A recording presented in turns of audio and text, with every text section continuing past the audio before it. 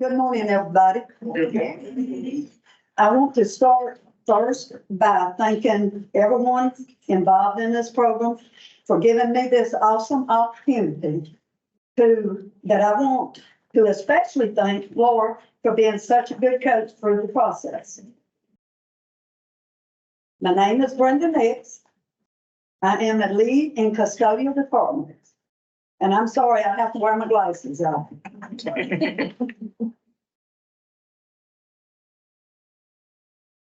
For my leadership actions, my project, I created a checklist for custodial staff to follow during the spring and fall, and the following during the months to assure that our custodial staffs detail every building annually.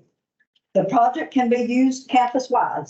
Just because we own this special project does not mean we stop cleaning our rooms, our buildings. We clean throughout the year. This is just special projects that we do during the year.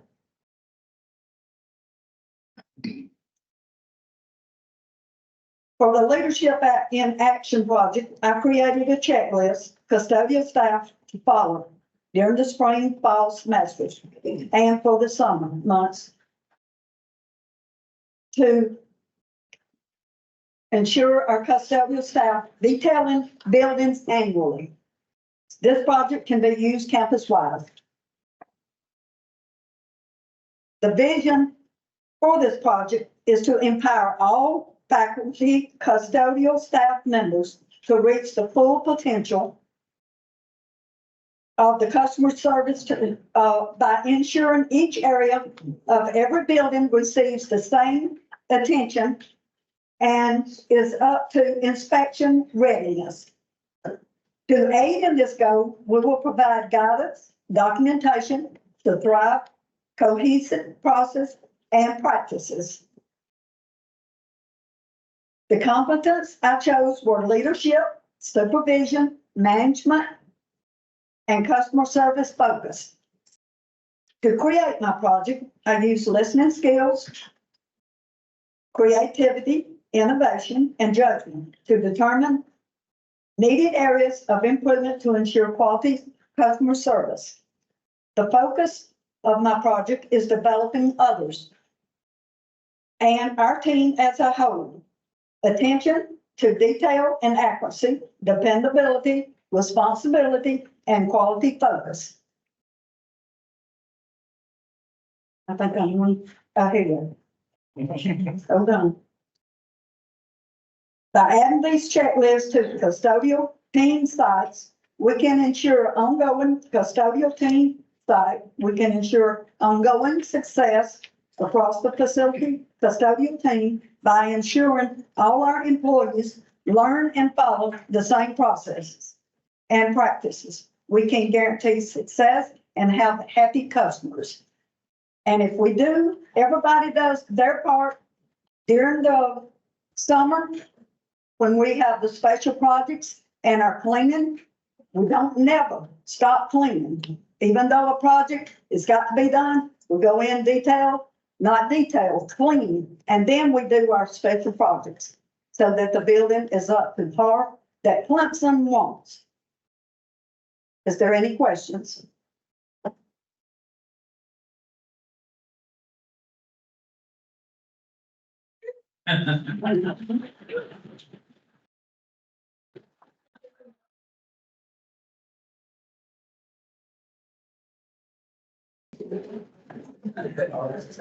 Good morning, I'm Darrell Starnes, the custodial general information specialist for the university facility here on campus. I repair and maintain custodial cleaning equipment, rescue equipment, train staff on equipment, and repair or replace the blinds and shades within the residential areas on campus. I try to do equipment reference guide to create a quick visual guide to help identify and operate our primary equipment. Here are 4 common examples of equipment that is utilized routinely. These consist of floor scrubbers, a coffee extractor, the upright vacuum cleaner, and Ecolab cleaning caddy. I found through inspection that a lot of our repair issues are due to misunderstanding of proper use and upkeep or misidentified equipment altogether. Some of these issues can be the power supply, brush, squeeze conditions, and overall misuse of equipment. Our team holds yearly training sessions on various equipment to address these issues and the safety aspect of proper operation and care. But we see the need for added capital instructions.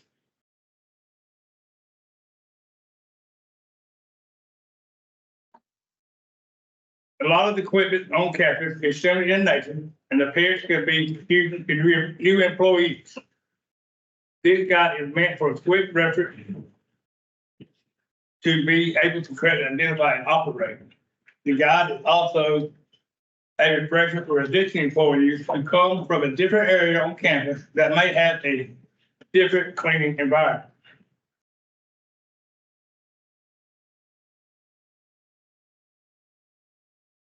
The steps I followed while working on this project were that I first noticed issues with employees using certain equipment for the wrong purpose.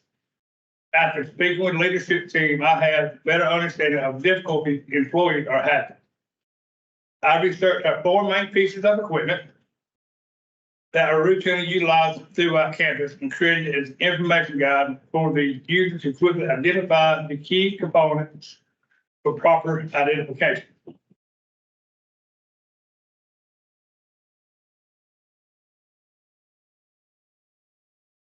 While working on this project, it gave me the opportunity to enhance my working relationship with my team members by collaborating on the many different equipment issues which come across daily.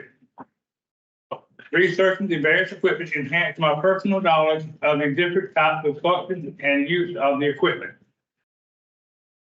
I chose problem solving, customer service, technical knowledge as my comps that best apply to this project. I felt a sense of achievement by noticing employees utilizing guide while also seeing a decrease in work and related work orders. This project helps support the facility mission by enhancing our department's knowledge, but also helping maintain the best possible work and learning environment.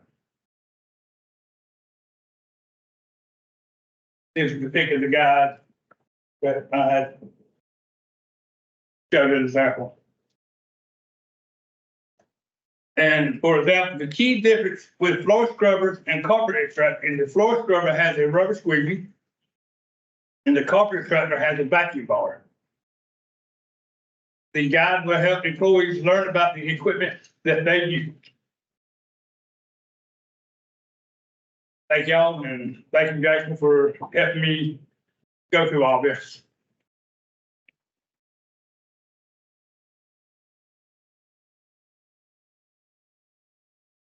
Any questions? Yeah. You get what I'm supposed to say, right?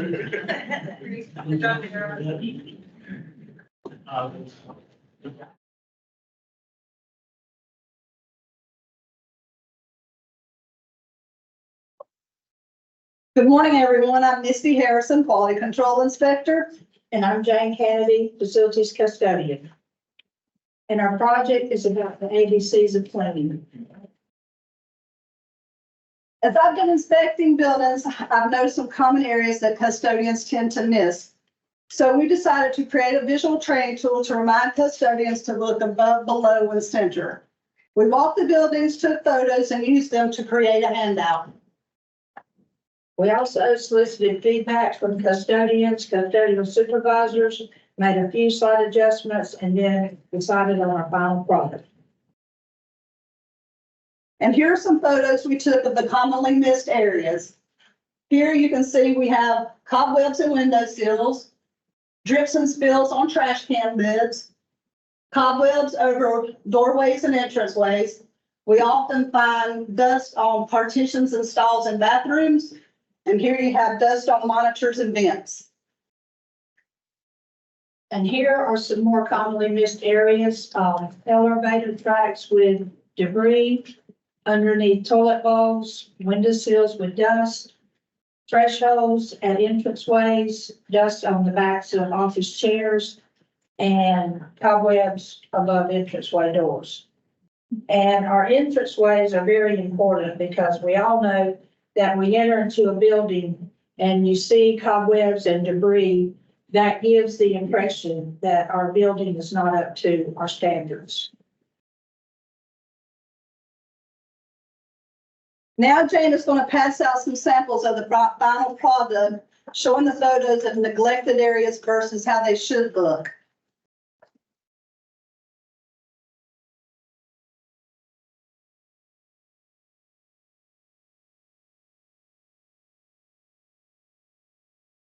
We now have a laminated visual tool that custodians can use as a reminder to always look above, below, and center. This tool will help us better meet our HIPAA standards of cleanliness, which will make for a healthier, safer, and cleaner environment for our students, faculties, and staff. And that supports our mission statement. And with management approval, we would like to distribute the ABCs of cleaning as a training tool for our new hires.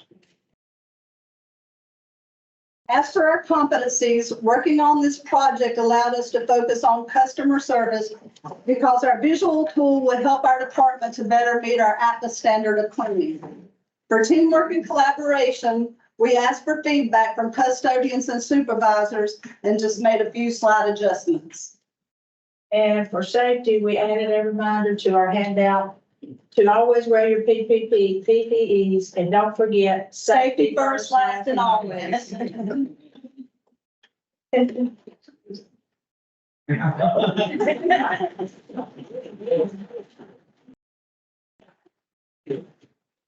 On closing, I'd like to thank you, Jane, for your positivity and drive you made this project on. And I'd like to thank you as well, Misty. I've enjoyed working with you, and thank you for all your support during our project. And I'd like to thank Mark and David for their support and guidance for Laura. And I'd like to especially thank you, Laura, for all your hard work and your support in making this project and our program a success. And I'd like to thank you, Mark, for being our ambassador and for all your helpful suggestions. And we would like to close in saying that one of the most important things that we learned from the leadership program is that collaboration and communication is key to building a better and more effective team. That's our project. Thank you for listening.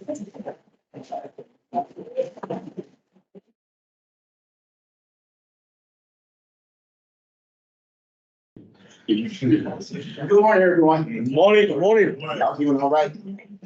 They've done a beautiful job, have they not? That last crowd, what did I touch wrong? Yeah,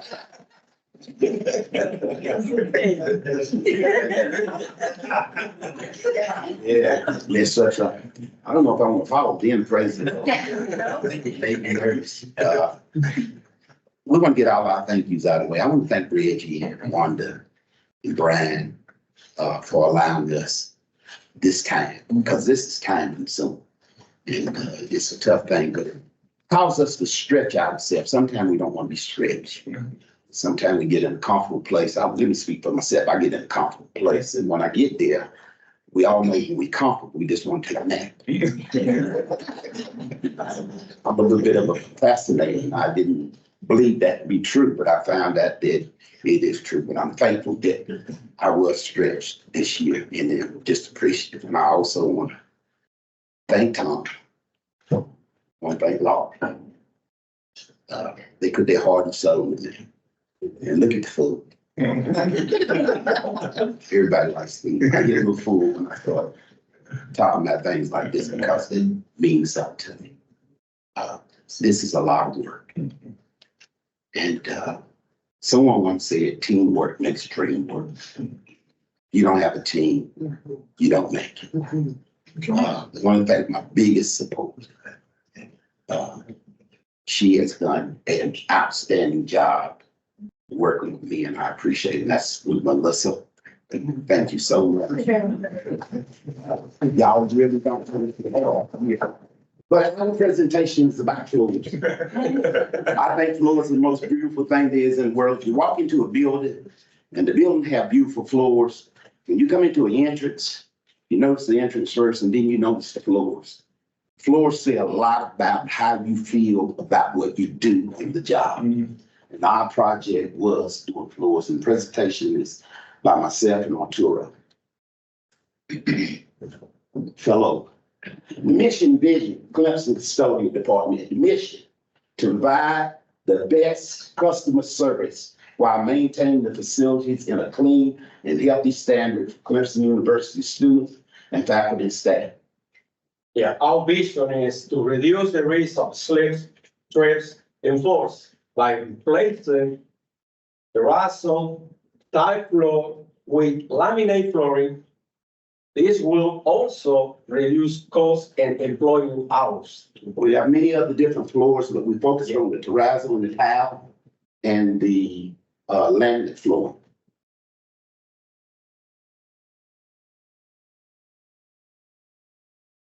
Our values include safety, development, customer service. Value, what we want best for everyone. Switching from terrazzo to laminate floors would reduce the cost and the chances of accidents. Development. We strive to provide the best training and development for all our employees. Laminate requires training with one machine and one chemical, which is easier to learn and more efficient overall. Customer service, while providing floor care for each building with a laminate flooring, floor care is easier and can be provided more often. This will make the overall appearance and safety in trips a priority.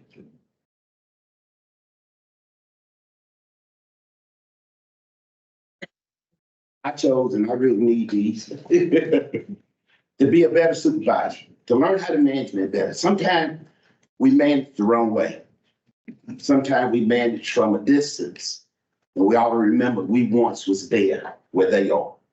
So managing from a distance, telling people what you think or what you know, what you want them to do versus what you know what is best for each and every employee, because every employee is different. So I needed that for myself. Managing sales. I've already said I'm a little bit of a procrastinator. I put things on the back burner till the last minute. Communication is so important. This caused us to talk to our building coordinators, to set up things. This past summer, we worked the third shift where we had to call and restructure some things and get some people to understand that while we're stripping and waxing floors, you can't have students in the building. So this took on a new face. We had to come in at 5 or either 6 and go home at some 4 and 5 o'clock in the morning. So we had to work that out. Arturo? Well, as you see, my competencies is customer service, leadership, and post communication. And all this is in order to improve our service to our customers. That's most of the time, that's the students, the staff, and of course, the faculty. What do we share in this? Shared value is safety. Safety first, safety last, safety always. Why floor care? Saves on time, money, and manpower. Time, terrazzo flooring, laminate. When stripping and waxing terrazzo flooring, it takes approximately 8 to 12 hours for 50 foot of floor. Terrazzo flooring. Arturo? So, when we clean the laminate floors, it takes approximately 30 minutes per 100 foot of floors. But a big difference, right? See that man riding that thing? See that lady use that machine right there? Money, terrazzo, laminate. You see the cost. Floor stripper was $184. You got sealer, which is $199 as a change.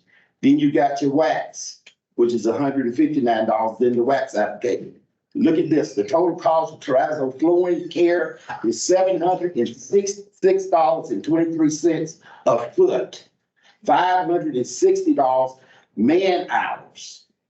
Total grand total of $1,266.23.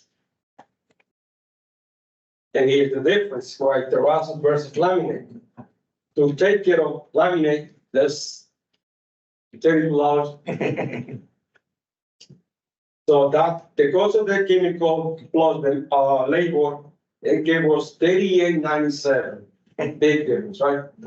And you're paying an employee $14 an hour, so you save $7 on that employee. Okay. Also, manpower versus terrazzo and laminate. To provide proper floor care for terrazzo flooring, you would need at least 4 to 5 employees. And Arturo is gonna read what each one would do.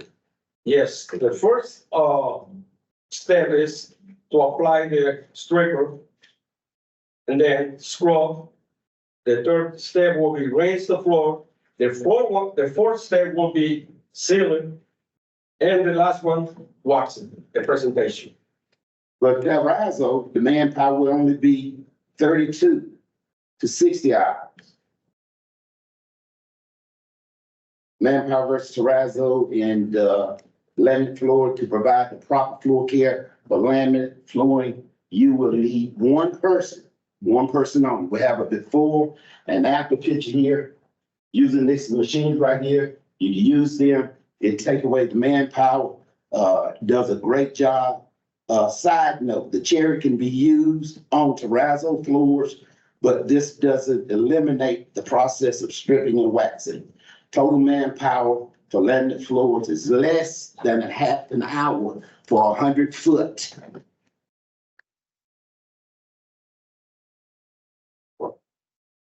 Now, we believe that is our responsibility to provide the university with the very best floor care that is waiting on control. This past year, the 2023, a team of historians like my supervisor was sharing with you earlier, took a task of finishes our floors. The floors consisted of laminate, terrazzo, tile, and tile flooring. We soon found out there were unseen problems within our buildings because of the age and moving foundation of our existing buildings. It was very difficult to put water and stripper down to remove the old wax so that we could refinish our floors. The water and stripper won't stay in place. It won't run to the left, right, up and down because foundation issues. The water and stripper were all over the place. Because of this, a new purpose was brought to light. We needed to create a more effective, safe, less costly way to answer the new problem of not being able to control our moving water and stripper situation. Like I said, due to our foundation issues. During the planning stage of construction, it is encouraged to consider laminate over overflowing due to safety, cost, and efficiency. Purpose. The reason why something is done, created, or exists. We truly believe, and we ask that when you or the committee, when you're getting ready to do a new building, please take in consideration, because our buildings are well outdated. The floors, the structure is not as well as it used to be. And just putting wax down does not work anymore. Like Arturo said, water will run all over the place. It makes a job that's really simple, very, very tough. And we want to always give the people what they want. We worked hard this past summer. These are some of the pictures that we took. It was a very difficult job.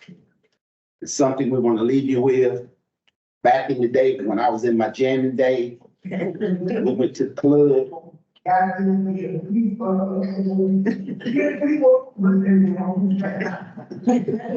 Y'all watch this now.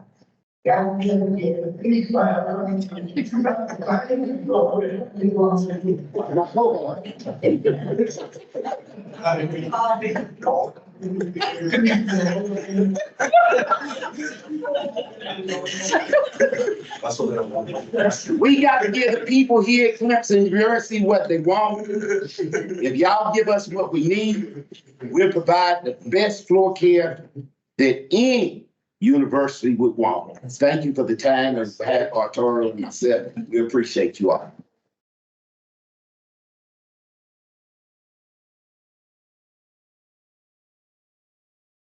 Greetings, everyone. My name is Beyonka Oglesby. I am the North Zone Custodial Team Lead.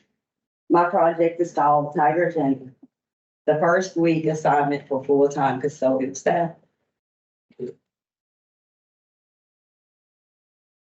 Why Tiger Agenda? Tiger Agenda complements the facility's two-day onboarding. It guides new staff through work duties and training.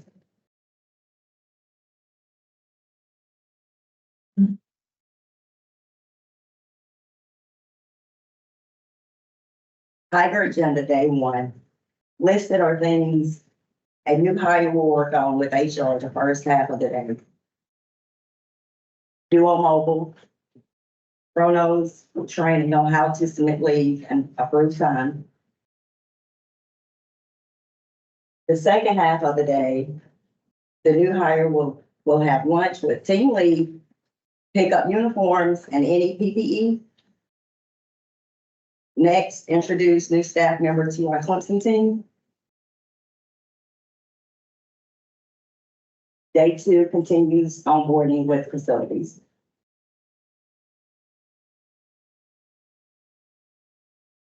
Tiger Agenda was created for residential and non-residential.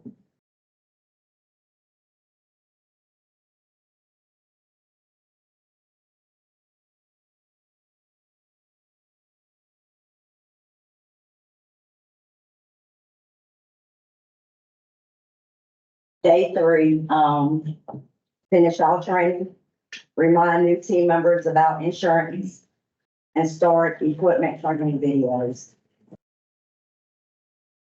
Day 4, finish any equipment training videos and begin job shadowing training.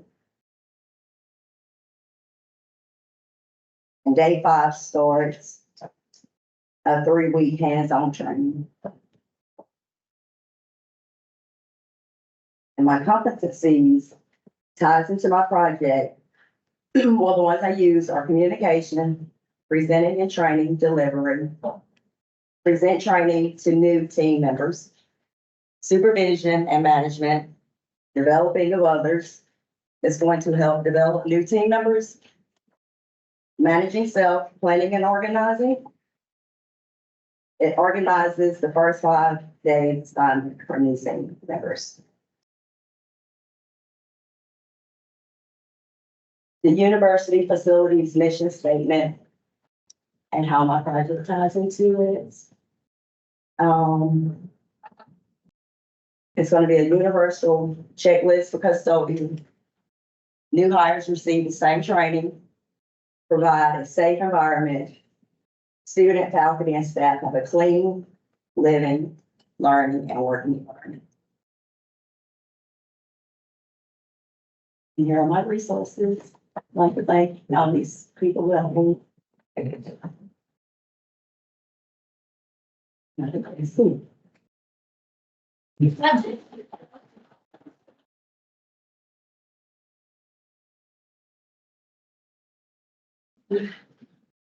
All right, I won't hold you guys up. I know we're all up against lunchtime, so all I do is hit the button. Perfect. So my name is Jain Kiser. I am with the recycling services here on campus. And it's been a pleasure to go through this program. It's been nice to get to know each and every one of y'all a little bit about what you do. So I'm gonna share a little bit about what I do and the project that I chose to move forward with for this project. So I re-looked at our program that we have for abandoning clothing around our housing areas in the laundry rooms. So we partner with the Dream Center around campus along with our students to if they have abandoned furniture or anything, not furniture, I'm sorry, we're in the middle of move out and we're doing furniture this week. So clothing, stuff like that, that goes through the week that they may, not want or unused, they have a place to place it in the laundry room to keep it cleanliness. So I wanted to change the visibility of that because as you walk into a lot of areas, typically trash cans recycle and certain things or certain colors. So as here on campus, we have black and blue, black trash cans, blue recycle bins. So I chose by reaching out, I think I'm getting ahead of my slide. But I chose to reach out to the housing custodial supervisors and kind of bounce off ideas as far as colors of different bins across campus and what would potentially pop out in those rooms. Sorry, I hate doing this stuff, so I appreciate y'all bearing with me. So what I did for steps in this project, yeah. So this is an image of the large yellow bin that we use. It is the larger and a different size. It is a 56 gallon bin. So it is a slight different size than any of the other bins that are in there. So it does have a different look and a feel across the room. We wanted to reduce the contamination as we all know students and faculty staff throws everything in the exact right spot. So being able to help with that contamination. So when the drain center comes to remove that they're not actually having to throw away items because food or other things may have contaminated it. And also it's going to put less work on the custodial staff while they're inside keeping and maintaining those rooms. The steps that I worked through this process is I worked with procurement and with the custodial staff to actually find out what we were going to be looking to procure and get quotes on. And then I worked with the rest of the custodial staff and my team to develop a plan of how we could implement these during this week of spring break while students were out. Because we have certain times it's easy to get in and out of there. And spring break seemed like the perfect time for us to get in there. So I created a sheet. We came up with a date, completed notes. That way, if it did not go exactly where we had intended it for it to be, and we removed other bins that maybe have been multiples, we were able to use this sheet. That's not all of it. So there are other buildings. But we were able to use those sheets and then be able to keep checks on who was able to get them in there. So when we move forward and there you go, we already have someone that's responsible for owning that bin inside of those areas. So I'm sorry. Yeah. So I worked on teamwork and collaboration as one of my competencies. As I mentioned before, working with the different areas across campus, I did not have a lot of knowledge in the AIM procurement purchasing side. So that really gave me a lot of skills and collaboration with working with the different partners on that. Sorry. Yeah, and say being able to grow and being able to use the specific people for the right task, because I have some staff that before we merged were on the housing side, so they're a little more familiar. So we're able to partner maybe a newer staff mate to go into those areas. So then we're able to empower the younger staff or the less veteran staff, we should say, to know where the bins are and to help with different opportunities to improve. So one of the areas that someone mentioned earlier, I think it was Sam, sorry to call you, I'm a wonderful procrastinator. So learning in this process, I knew that before I started this, I'm a procrastinator. So I set up a checklist of some sense to make sure that I got ahead of the game, because I knew that I was going to stress out towards the end. So being able to manage myself, learning those, making a plan and sticking to it, that really helped me through this program. I think managing self was probably my most empowering, I guess you would say, empowering competency that I learned. So we'll shift over to customer service. The customer service one is, with our side, we are always interacting with all the students, all the faculty, staff, as we go out there. So as being able to improve this process and to make it a more straightforward, using the flyers that you guys got sent out that had clear messaging on there for exactly what they were, And actually to create a more streamlined communication. As we have those, we have the Dream Center that comes in once a month that can communicate through that. So instead of them having to go into the 32 to 34 different locations, if they know they only need to hit 4 locations this month, and we're able to help consolidate, it really helps improve efficiencies. So how this connects in with the mission and vision is really improves the space for the students. So it's being able to offer that premium and space to be able to offer for students. Also providing a resource for students to be able to have an area to donate less used or unwanted clothing to help support the other students or other people in the area that may need those support.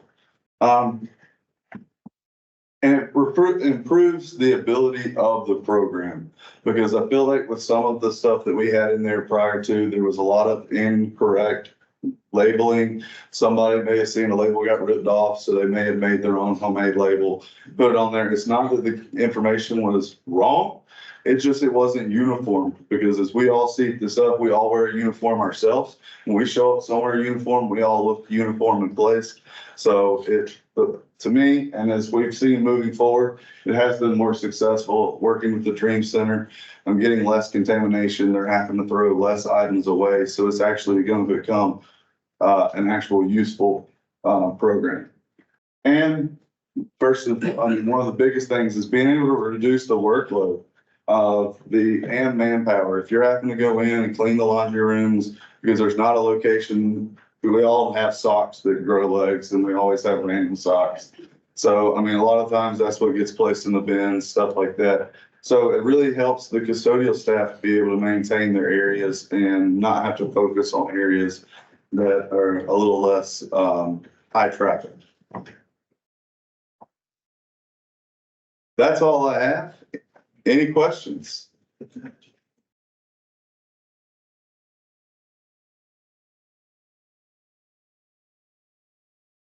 Good morning, everybody. Morning. See a lot of familiar faces out here. If y'all don't know me, my name is Cobb. I work with the life safety department. I'm the generator technician for campus. And I'll be presenting my facilities leadership and development presentation on a generator communication system. So for the communication system, basically, it's a network that ties all the generators together to where they can communicate and send us data on sensors and things that we need to see to keep them more reliable. But the real question is, why would we implement something like this? So what is the why? And it's who we are, why we do what we do, and our commitment to be better to serve our community at Clemson. So who we are. You know, we're Clemson University. We're one of the best in my eyes. So why we do what we do? We do what we do so that we can serve our communities and make our environment a better learning environment for our students and a better work environment for our staff and faculty. And that's our commitment to. And as our facilities mission statement at the top said in his presentation earlier in last year, with our mission statement, we serve in developing and maintaining a quality learning environment. So Clemson's values make success the norm, because we want to make our student success our top priority, our staff success, and the university's unwavering stride to be the best overall. So working on this project helped me develop in management with coaching through this process to help my coworkers with the things that I've learned along the way in this program. And it helped me develop that and make it better for our job.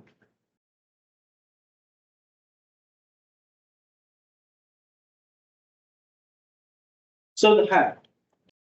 By the installation of a communication system for the generators to communicate faults and failures, as well as live data 24/7, we can have improved reliability and response in our facilities, a safer environment for staff and students, and a more controlled environment for the development and continued research and studies that the university is undertaking and expanding daily. So with the installation of this system, we can get recruit reliability and response to facilities in the case that a weather event happens or something with the power gets knocked out.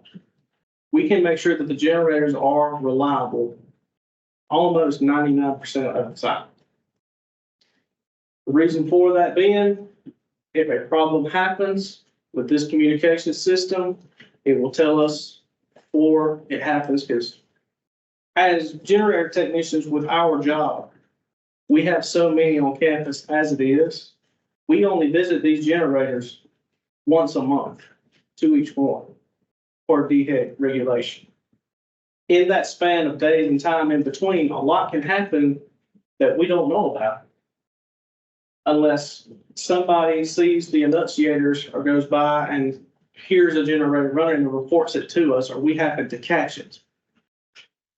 So with that, we can have better reliability so that when an event happens and the power goes out, we can keep power in these buildings. And it's a safer environment for staff and students. So with staff and students being in these buildings too, if the power goes out and the generator had a problem that we didn't know about or weren't aware of, and it doesn't come on, there is a response time for us to come in to fix that problem. But if students are trying to evacuate a building with no lights, a lot can happen and go wrong. And with our research buildings too, a lot of the research in all these buildings is held in refrigerator systems, things of that nature that keep it, like -20, -30 degrees. If they lose power, even for like 15 to 20 minutes, they can lose potentially thousands, tens of thousands of dollars worth of research just in a short amount of time. So basically, we're saving the university money. We're finding faults before they become a problem, saving on fuel costs, saving hundreds of thousands of dollars in research materials and potential liability. So finding faults before they become a problem can actually, in turn, help us not to create another problem from some small issue going wrong first. We're also saving on fuel costs. The generator kicks on and we're not aware of what's happening. We can actually go and solve that problem before letting it run a complete entire tank of diesel out. One good example of this is we actually had a generator to get kicked on was from a leaking sink in a building the frac was. That generator kicked on and ran, and a problem happened with the enunciator, and no one was aware it was running. That generator ran for over a day, over 24 hours, ran the entire tank of diesel out of it and burned up the coolant in it. To where now we had to replace the board, replace the entire tank of fuel and the coolant repair. And a lot of that could have been avoided if we would have had some sort of communication system to tell us, hey, this enunciator's out, or hey, we've got an issue with the generator running over 10, or something of that nature. And we're also saving potential liability. Again, with students being in the building, if a generator doesn't kick on in an event, or weather event, or a power outage, say it's at nighttime, a student, a worker could potentially fall down a staircase or could trip and fall and hurt themselves. And we would be at fault for that. And through the process of going through all this, it also helped me with my competency in development for taking the initiative to think of this project, to do the steps necessary to find out what we need to do for it. So to get into more of what it is, it's a communications network for the generators. It will show us live data on active sensors and alarms as well as supported ATS devices. So basically, it's gonna tell us the generator's running, if it's too hot, if it's going over temp. It'll tell us how much fuel's in them and help us to understand that what's happening with them, because we're not always there. So this system would just basically be on our research, medical, and maintenance facility buildings as well as our police and fire department. So that's only 21 of the 89 and growing generators that we have. As we all know, there's a lot of construction happening on the campus right now. The introduction of these new buildings, there's also going to be new generators placed at those as well. So with that, from our contract services, with these contractors, I've actually posted the cost of what the system would be from those contracts. So National Power, their offer for a communication system would be $2,500 per generator, excluding wire and conduit being ran. It comes with a yearly subscription overall of $600 per year. But they do offer a lower subscription cost with the higher number of generators contracted. But with that being said, talking with all the contractors while they were here, our facility actually has the most generators of any facility in this region. So we actually have more than most facilities from those technicians, from what they've told me. From Cummins, their offer of a communication system is $2,500 to $5,000 per generator, depending on the level of information needed monitored and the actual generator make and model. They also offer cellular and email monitoring. And this one comes as a one-time deal. There's no annual fee. So once you buy it, you've actually bought the program. Also, this does not include wiring, conduit needed to connect the systems. So, in conclusion, by implementing this project, we can save the university money overall. We can save liability. We can improve the quality of service to our customers and implement core leadership values within our shop. So by implementing this, we can save somebody from falling, save somebody from getting hurt. We can also provide a better service to everybody else, especially with the generator being 100% reliable to our facility buildings in the event of a weather event. And we're saving money on fuel costs and repairs. And I chose leadership as the development for this one because this whole project has helped me with my creativity and innovation as far as going about the process of learning what it is and how to implement it, and the things that can come about if we don't have this system.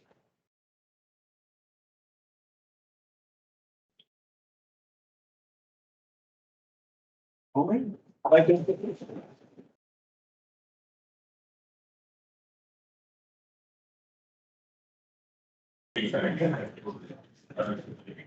Good morning, everyone. I'm Dustin McDonald, and I'll be presenting the first of this, and I'll be presenting the why. Before we start, a lot of people says, "What is a key box?" A lot of people use the key box to throw their keys in a drawer when they get home, or they got one in the offices or any places like that to keep special keys. But here at Clemson, we're implementing, it's an electronically powered key maintenance system that requires credentials such as a personal identification number or a PIN or a key card such as a Clemson University ID card. It opens the box to access the secure keys inside. Key boxes are used for safeguarding important keys, maintaining organization, and allowing easy access to them. Kind of an overview on my focus point here was collaboration and teamwork. We did a lot of listening to people, and we had a lot of things that we took into consideration safety, security, accountability, and cost savings was some of the things that we did. Key points, communication again, listening.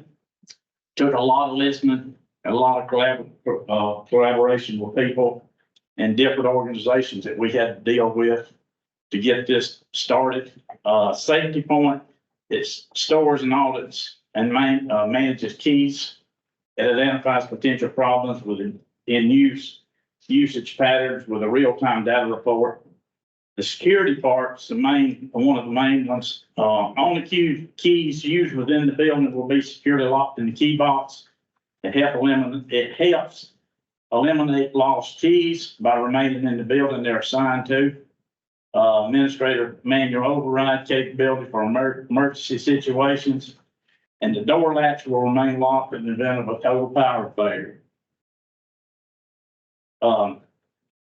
Another one of my focal points was customer service. Of course, we all need customer service, but it was especially brought to my attention about customer service and the accuracy and detail of each one. The accountability, only authorized users will have access to open the key boxes and remove keys. The cost saving part is employees can retrieve keys quickly without needing to return to the shop or to visit the support services center to check out keys. Eliminates time spent searching for keys, which lowers operating costs. And our mission vision is create a safe and better work environment.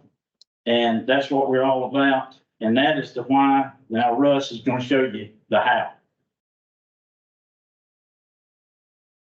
Thank you, Russ. I'm Russ. So, how does the key box work? It's a role-based box. Only authorized users can access the box and access keys for their areas to do their job. With one of my competencies there was the technical knowledge and learning the specifics of each group, custodians, maintenance, that helped us to identify where to put those keys and how to put them in the box. How do you access a box? You can use your mobile ID. You can use your physical card from Tiger One, if y'all still have that. You will simply go up to the box. You will scan the side of the box. You will wait for the green LED light to come on. You will lift the lever, pull the door open. Once you open the door, there's a green LED light lit up by the ring of keys that you have access to. Once you open the door, after you access the box, the green light there lit by number 2 will tell you which ring you have. You simply turn the key and pull it out and then shut the door. Once you have done your job and you go to put the key back in, you will simply repeat the process of scanning the card reader on the side, opening the door, inserting the key, and turning the key fully until it's locked back in place and shut the door. Well, another one of my competencies was supervisor and management. Rooms, we have some rooms here on campus that are shared equipment with our customers. They have to have access to these rooms too, so we have put a special key in the box that they have access to that ring and only that room that shares their equipment, like a water system or a air compressor. The key boxes also will have an audit trail from the asset and the individual that removed them, when they took it out and when they put it back in. So we'll tell them. We can add and remove any user mainly by the computer, but we can access the maintenance part of the box there by the keypad. Anyone that gets a new updated ID or a phone or adds a watch, you will need to let us know so that we can update your credentials in our database so that you still maintain access to the key box. We currently have all E&G buildings have a box in them. There are 13 active key boxes in housing. We have 14 there, but that is Burns. Burns is down for renovation. So when Burns comes back on, that will go back up, but the next building will come, that box comes out of that building for the renovation. The employees can retrieve any key that they need to do their job in the building. It will help save costs once the facility moves out here. Another competency of mine was teamwork and collaboration. This was helped me develop my listening skills.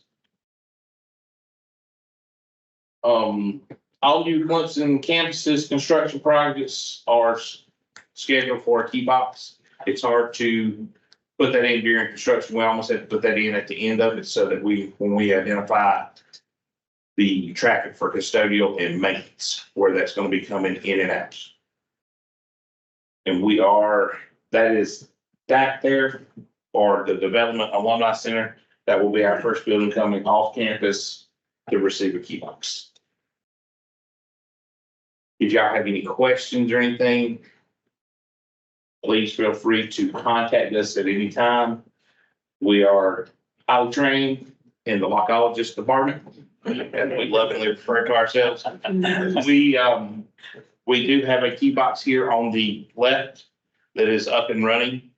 So if anybody would like to receive any kind of hands-on training after all the presentations are done, get with the university, we'll walk you through that. Some of you have access, some of you have full access, some of you have partial access, and some of you have no access to represent the different states. So, good.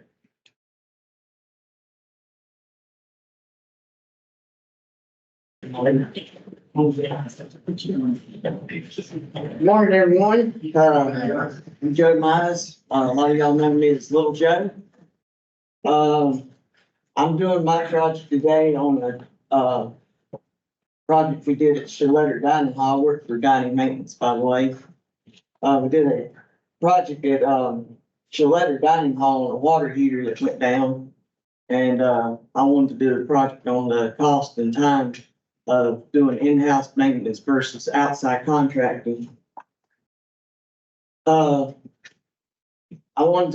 My project vision is to provide a high volume dining hall with a quick turnaround or rebuild of the water heater instead of sending it out to the high cost outside contractors.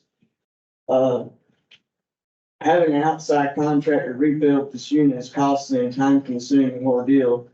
Doing it in-house will reduce the cost and downtime of the water heater. Rebuilding it internally costs us about $1,300 versus sending out to outside contractors about $7,000. Provided myself and my team with the will knowledge for the future so we can do more internally instead of relying on outside contracting.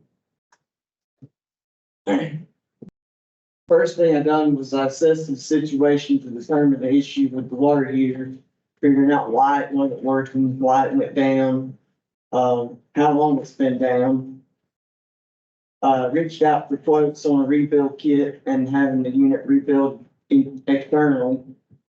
Met with my supervisor to discuss the quotes that I had received and figured out whether we wanted to do it in-house or have it sent off. We determined that it was more beneficial to do it in-house because it was cheaper and less time consuming. We got with the location manager and determined a time to do a building shutdown because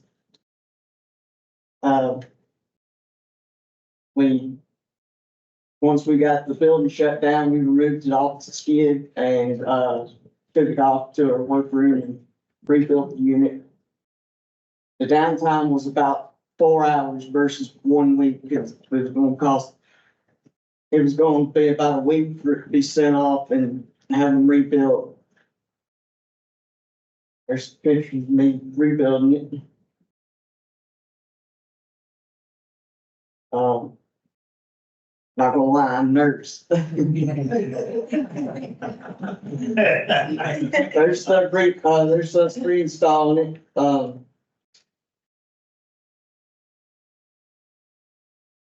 the competencies that I chose was customer service focused, which was working with our locations, the close location managers and, figuring out, solution on how to get the building shut down, water here affected the dish machine at the location, so they had to get their paper products out, so students and staff could still and do their daily activities. The other one I chose was teamwork and collaboration, because I had to work with my team members to get the unit out and get it rebuilt and get it back in place in a timely manner. And supervision and management, which was not really on the supervision side, the management, which was basically figuring out how to do it and get the job done in a timely manner. The project outcome, we were able to remove, rebuild, and restore within 4 hours. The dining hall was able to stay open with minimum impact to their production. We learned that rebuilds like this can be done in-house at the fraction of price and the fraction of time. And we can also pre-order rebuild kits and have them on hand if this was ever happen again. Which a rebuild kit costs what? About $1,000 versus $5,000 for what the outside contract would cost for their material. This project of rebuilding the Instamatic water heater at Schletter dining hall in-house instead of sending out to an outside contract. It goes in line with the university facilities mission statement. We serve and develop and maintain quality learning environments. We do this by ensuring that the downtime of the water heater system was at the dining hall was at the bare minimum, which in turn allows our students to have fresh and hot meals so they can be the very best students that we have to offer. This is Miss Lisa. She was the location manager at Schletter. She was very pleased at the fact that we was able to have the water heater rebuilt and taken out and rebuilt in the same day versus having it down for a week. Any questions? Good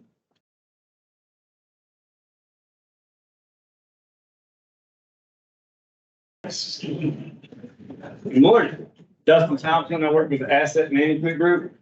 Been here about 21 years now. Yeah. Let's do this.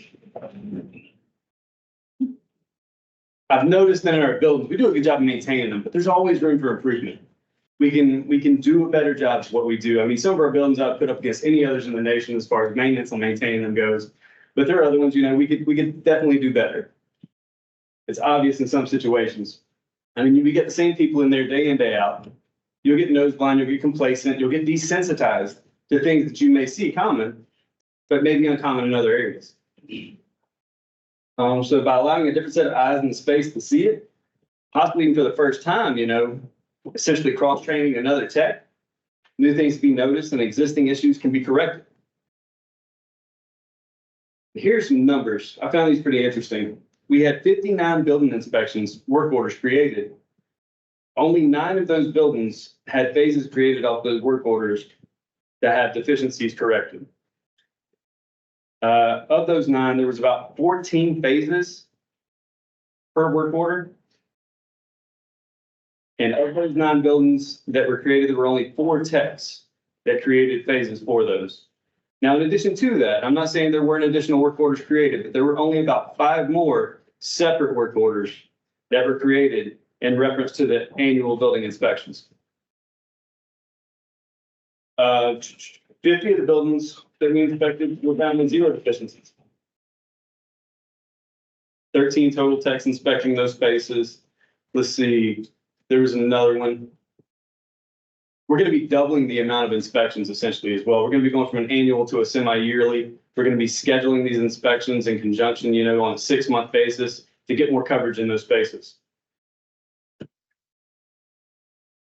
Process, how I'm gonna do this? Well, it's gonna be a lot of work in AIM. I'm creating templates for every single building and I'm assigning it to opposite areas. Like central area buildings will be assigned to perimeter area and vice versa. So they'll have experience in those spaces. If they ever do need help, they'll be more familiar with those spaces. So that's kind of a win-win in my eyes. Create new inspection forms. I'm going to take what we have for our buildings conditions assessment and our existing forms and combine those into something simpler for our techs to use out in the field. Whether it be a paper copy or whether they have a tablet, whatever they have access to, whatever means they have, you know, we're going to make it work, make it easier for them.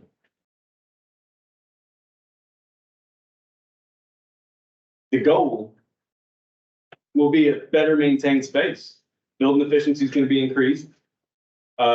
Prevention of larger issues. You're going to get people in there. You're going to have it inspected twice as much. So you're going to catch these smaller issues. You're going to see the small stain on the ceiling tile instead of the large stain. You know, we're going to have less corrective work orders called in, less people having to call in work orders because there's going to be less issues. Safer environment to learn and work. It's going to be more conducive. Cross-training of the different techs in the different areas. That's going to be beneficial all the way around. The buildings will look better.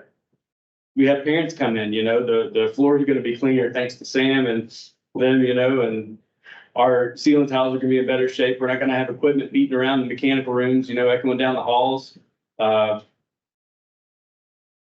Monetary savings, that's going to be a win-win for everybody. And this will enable us to develop and maintain our learning environments to exceptional standards. I feel like that we could get there. We could definitely become a premier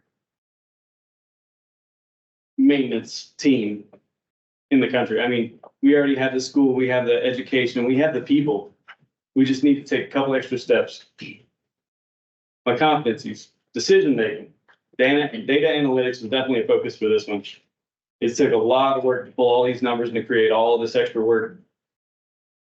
Customer service focus. It's all about people going in and being able to do or accomplish their goals, you know, without being distracted, with having the means to do so, you know, with the power working at the receptacle, with the AC working properly or the heat, and safety. A better maintained facility, a cleaner maintained facility is going to be safer, hands down. Any questions?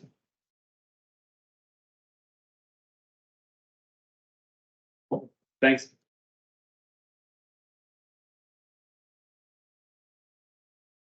So, Laura said, James Dillard, otherwise known as JD. Most of y'all probably know me from our whole department, swapped over to the facility side about 6-7 months ago. Planner scheduler.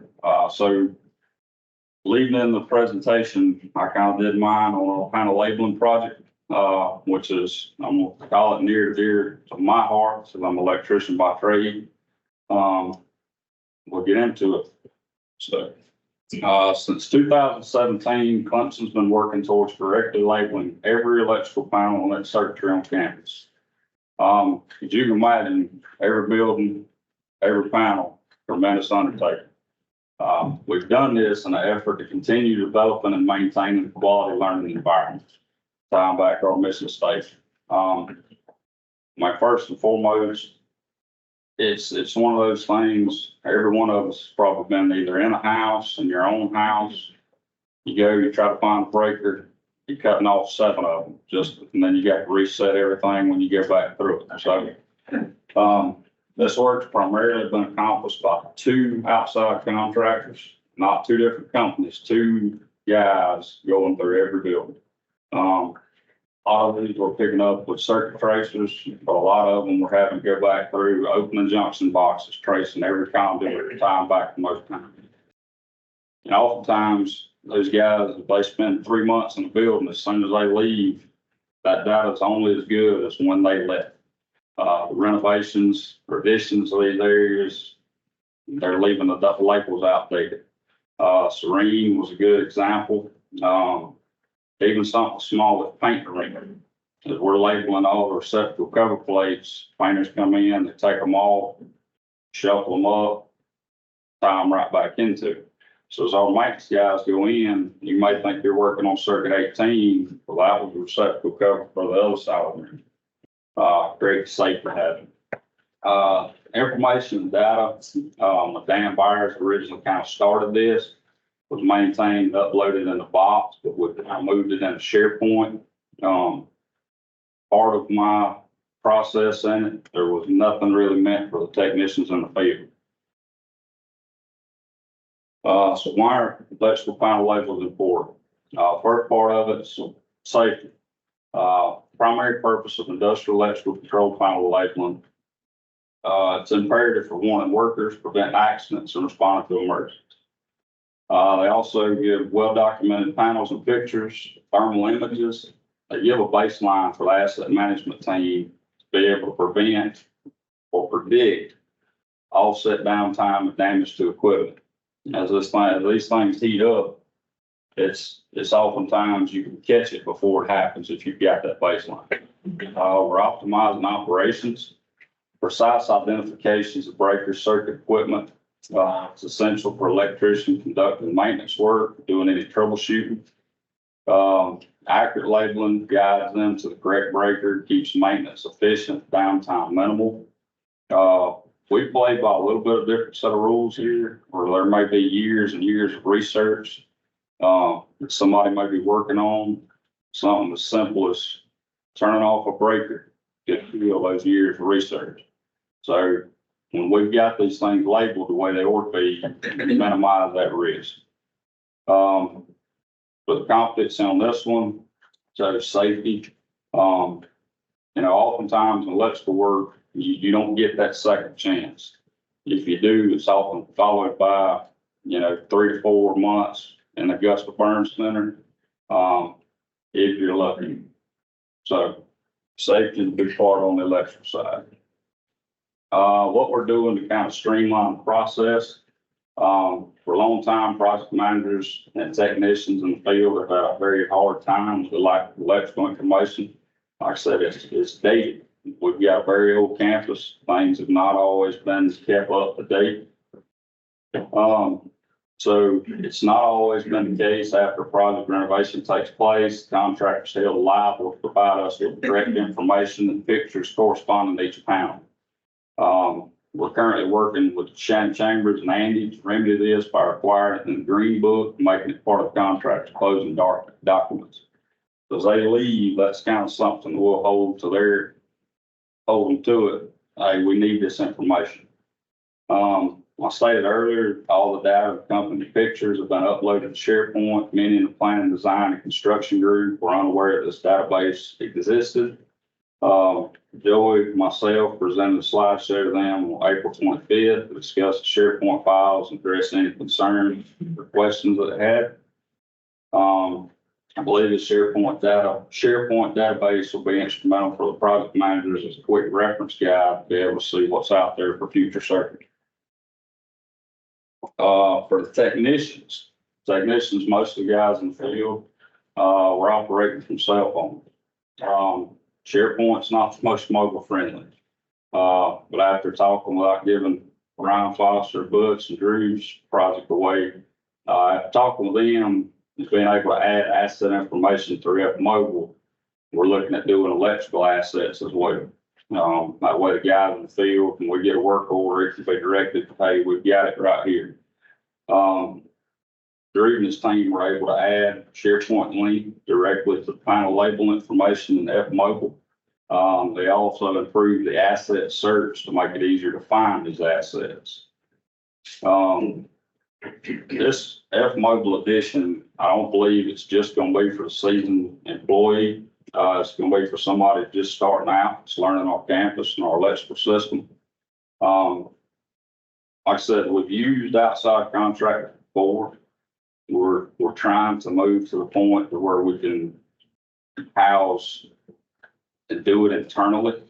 And as we do it, we can also use the guys from there. If that's their building, it'd be instrumental. You could get an apprentice in or somebody that's, you know, just starting out here on campus, go through Bratchett Hall, and as you're doing that circuit tracing, it's going to speed them up as well.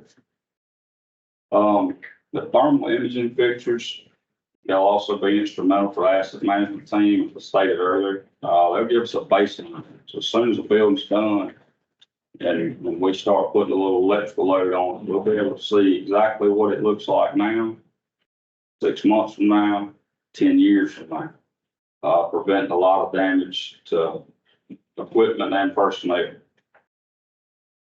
So here's a picture of the SharePoint, kind of from first glance on the E&G side, what it looks like here building on campus.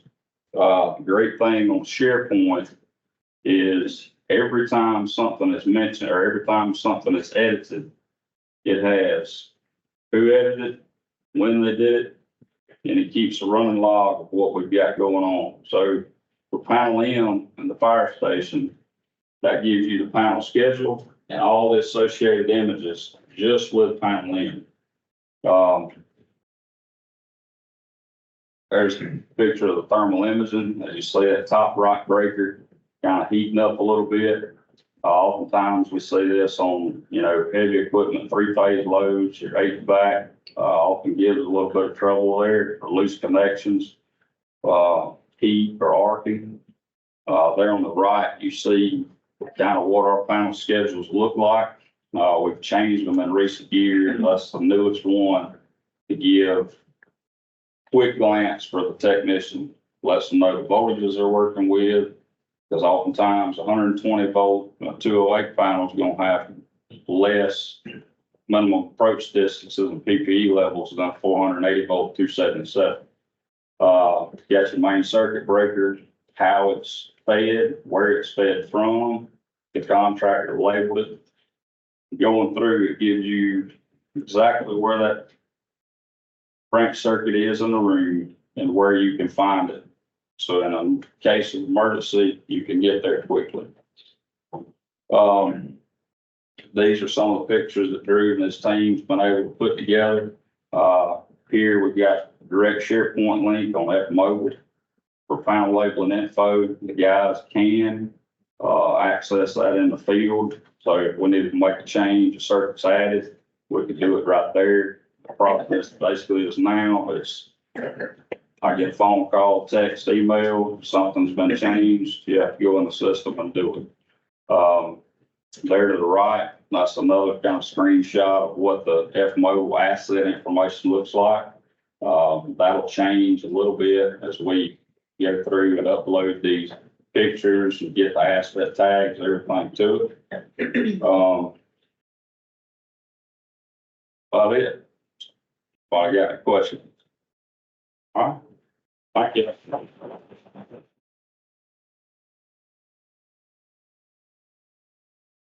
Feagan's here, their presentation. Good morning, everyone. I'm Dhruv. I'm from Facilities IT. Which Fortner, the layer plan shed. And I am Ryan Falford. I'm a plumber in the central areas. We deal with, as plumbers, we deal with a lot of different stuff, steam, DI, water, sewer lines, of course, but one thing that we deal with almost every single day is domestic water. So what we're talking about is our shutoff valves.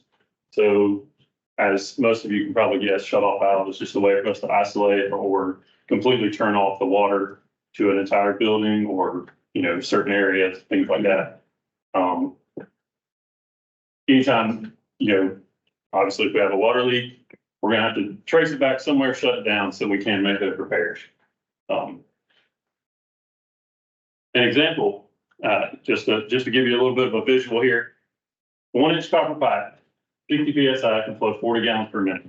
We have pipes ranging from 1/2-inch lines to 4-inch lines and anywhere from 15 PSI to 100 PSI, running all through buildings all over campus. Every commercial style toilet on campus has a 1-inch copper pipe going to it. So you can imagine how many 1-inch copper lines we have all across campus. So the potential for a lot of water in a short amount of time is, I mean, it's all over the place.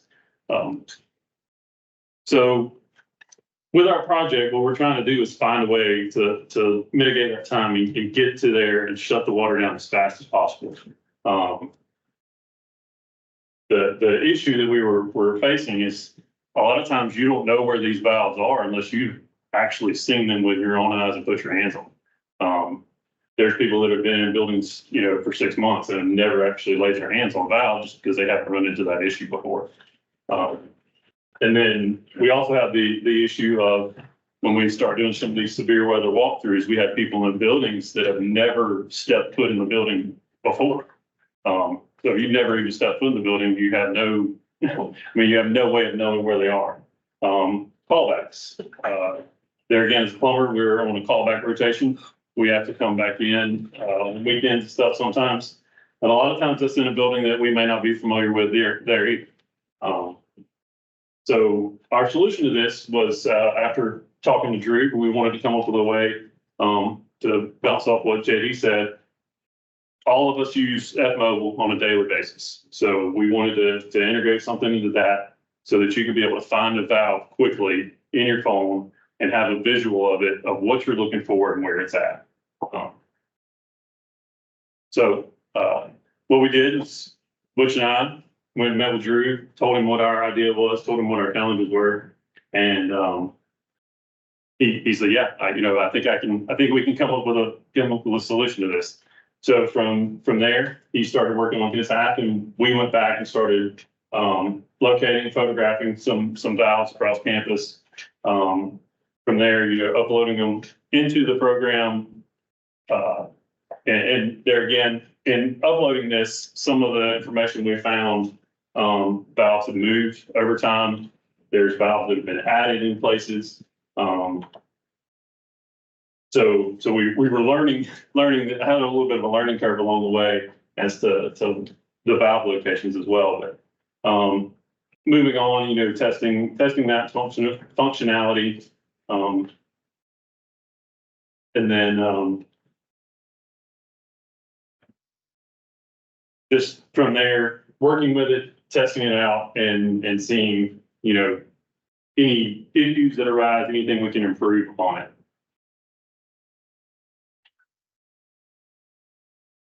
So, yeah, when Butch and Ryan approached me, I thought F-Mobile is the best tool for this. So basically what's happening behind the scene is we added functionality in F-Mobile where you can go in, and right now it's only available to Ryan and Butch, where they can go in and enter the valve information, and it goes into AIM. And then also when it's in AIM, finally, you can see it as the search functionality that we just rolled out. One good thing about F-Mobile is that you can use F-Mobile on any device. So, like he said, the callback, TV, they can use it if they're on their computer, the emergency guys can use it on their tablets or phone, and the maintenance technicians can use it too. Just wanted to piggyback on JD's stuff. This is something I have put on F-Mobile, which is live for the maintenance shops. Like JD said, if you're working on panel, you can directly go to SharePoint now from F-Mobile. I also wanted to reiterate if anybody in maintenance has any other feature request in F-Mobile, please feel free to reach out to IT or me. So this is the new button in F-Mobile that we're gonna add eventually once we have it all figured out. You can go enter your building, room number, and then what type of asset you're adding. So this feature can eventually be used for other groups like chill water and wastewater or electrical assets.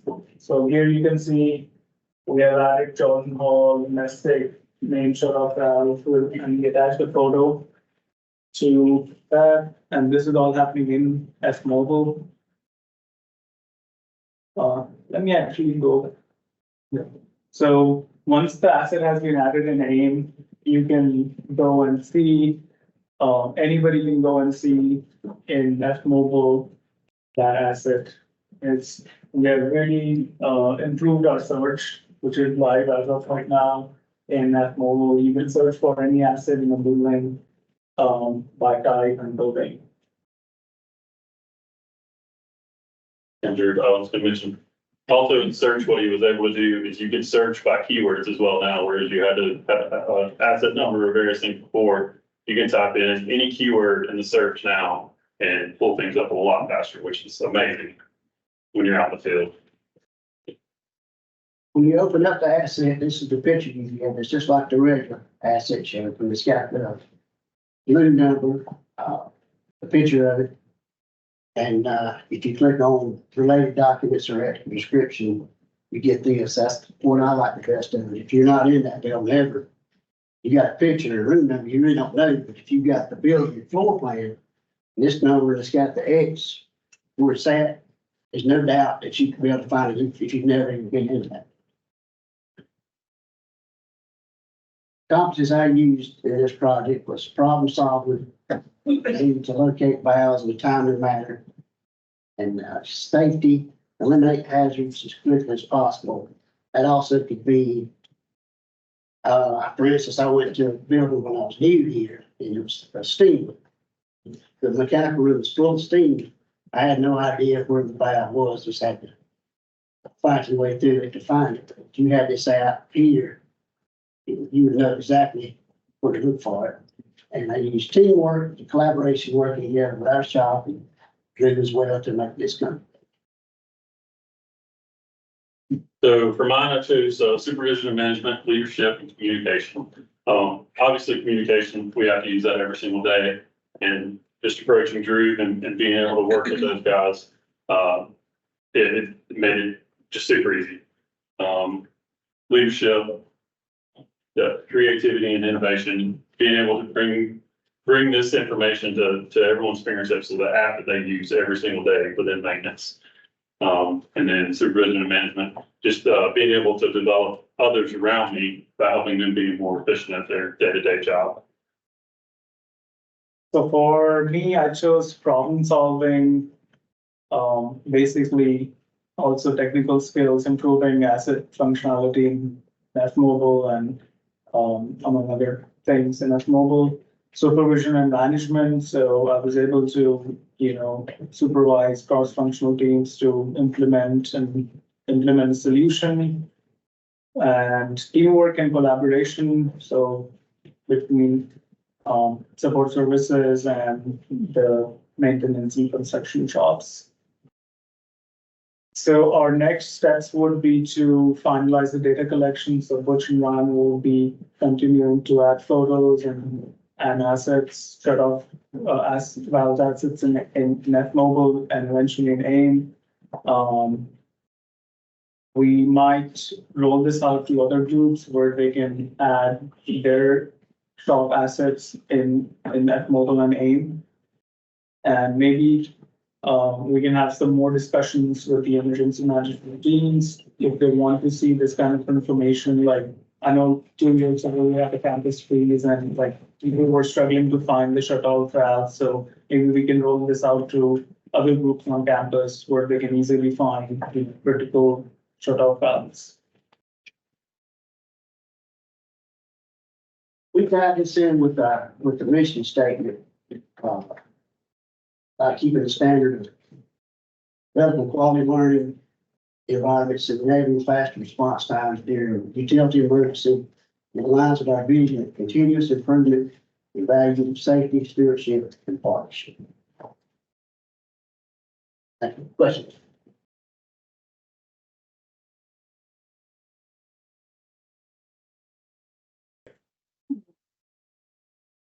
There we go. All right, there we go. How's everybody today? Okay. Anyway, I'm Ted Dantz, graduate students with University of Landscape Services. For landscape in action, what my presentation was, it was for in-house pesticide training. So what I needed for the inside pesticide spraying, well, the vision basically was a creation of new up-to-date training. Preparing the safe handling and usage of pesticide on training. Why? All of our pesticide application services, particularly those who are newly pesticide, in conjunction with Thriving, and forgive me my language, if I got a problem, I'm gonna get a correction here, so. Also, any review for any centralized licensed applicator. So what was all behind it for? Basically, to provide for a safety yet beautiful learning example for our Clemson community.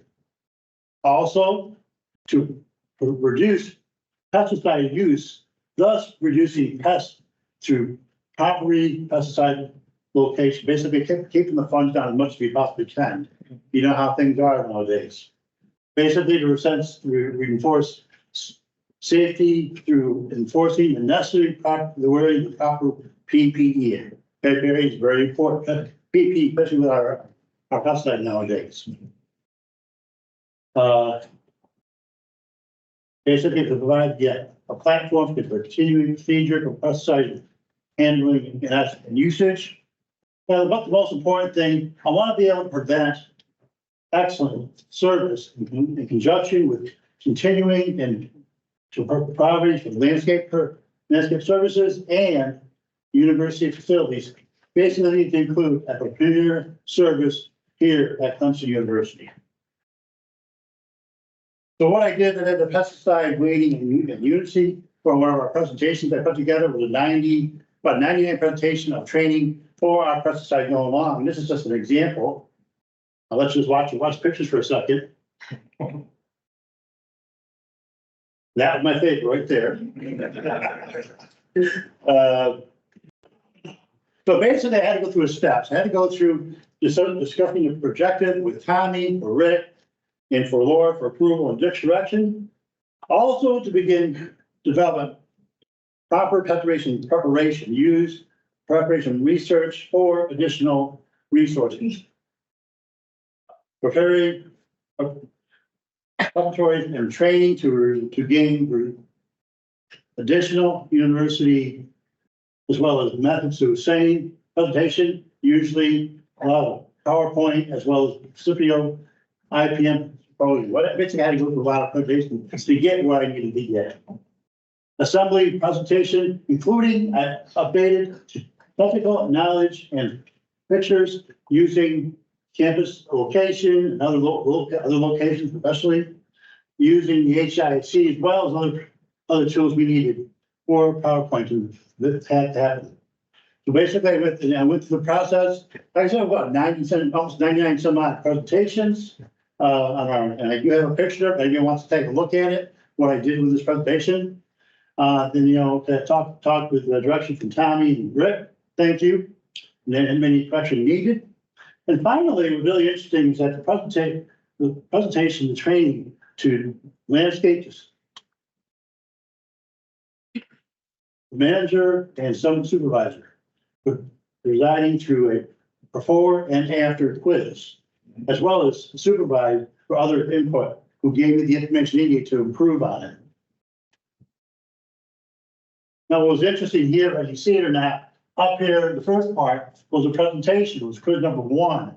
I went through, did a quiz first with the manager and supervisors, let them go through the quiz before, went through the translation, and then I had them go back through and do a second presentation.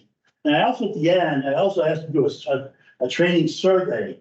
Anything training that they were confusing, what they do better, basically getting recognition. I think they did good. And I'll tell you, I did a lot of great from our people. I have a very, very presentation how that went. I even talked to Shane here. He had to throw me a whole bunch of stuff. I know Rick threw a few things out too. So So basically how it comes, this is the big one for me. I was very pleased with this. Out of the results, the training was very successful with the managers and the supervisors. Great respiratory and participation with all. It was a success for all of them. I got to talk to them. She was able to basically take it to the next level. But also I went through and used, upon completion of the pre-quiz for the second quiz, the after quiz was 70. Upon completion of the second time around, post-quiz, this one was biggie. It came out to 88, major percent. I was very thankful for how they all did it. Now, what I did basically for the supervisor's recommendations, any recommendation, weed application that did, just there was additional thing they had added, like additional weed control and try to make treatment, additional delta T or proper spray application, as well as additional better training and proper calibration of equipment.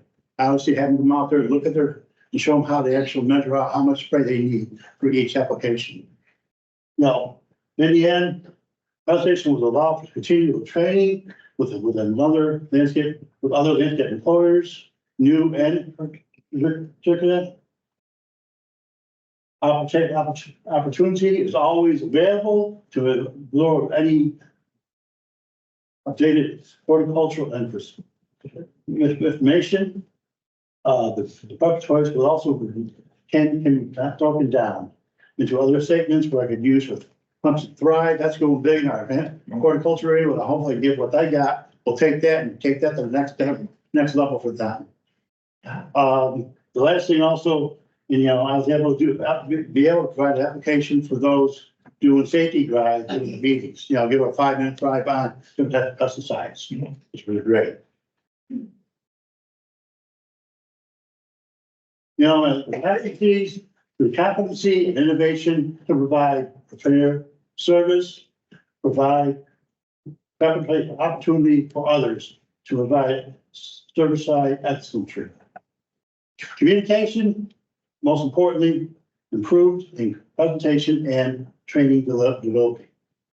Also expanded abilities and other competencies and other solutions. And for safety, my competencies by sharing and knowledge and solutions to provide, and this is also the time you always hear about safety first, last, and always. What it comes down to, when it comes to an end, preventive service equals excellent leadership plus going high charity. Going to say that word, going to extra mile. Thank you, people. For my mission statement to ability solve through the safety campus environment. And what it comes down really in a statement from Jeff McManus, we all heard Jeff McManus and read his book. And what we all got to do, he did it because it needed to be done. And he wasn't going to work past something that needed something attention. That was Jeff McManus. So in the end, one of the on my presentation, I left a little quiz out there. I want anybody want to give a shot at it. I'll give you all up there. So anybody can answer this question. If some of you already know it, then be quiet. Do you know how to help the difference between a weed and a desirable plant?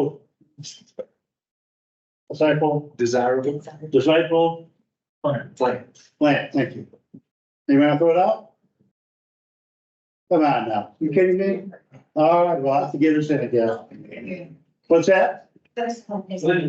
We can say? Is something that I don't want there. Okay. I'm gonna get you a cookie for answering. The answer is, if you would go, if you water it and dies, it's a plant. If you pull, you got it. It always grows because it's a weed. So. That was at the end of my presentation. But anyway, with that, I want to thank you for the opportunity to provide participating in the facilities, leadership development program. Thank you.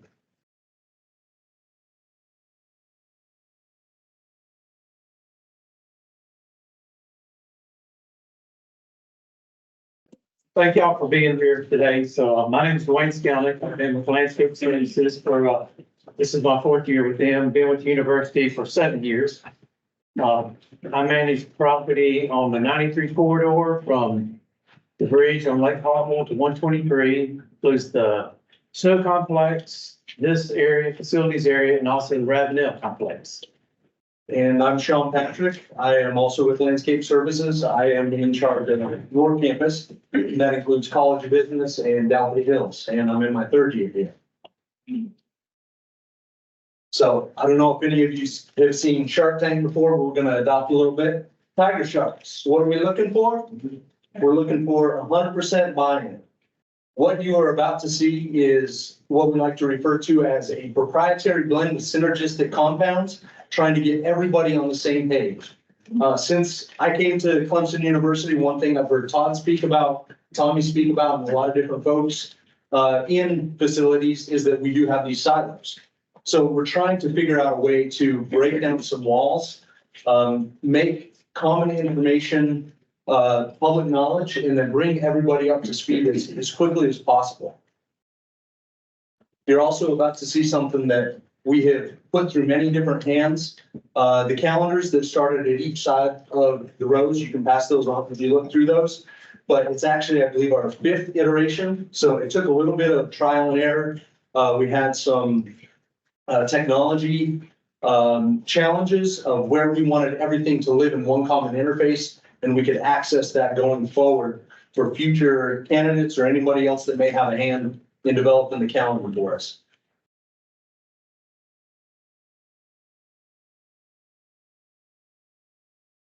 Landscape Services Planner.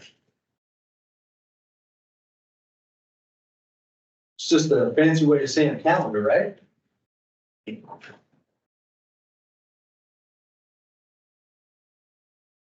Okay, so one of my focal points was managing self, and it ties into what Sean was saying, but we developed this calendar. As far as planning and organizing. So we got this idea from Jeff McManus when he was here back last fall. You know, a lot of y'all probably have heard him. He's the landscape service director at Ole Miss, and he brought a calendar with him that they use in their department to track key process or events in their landscaping, like pruning, fertilizing, aerating, whatever.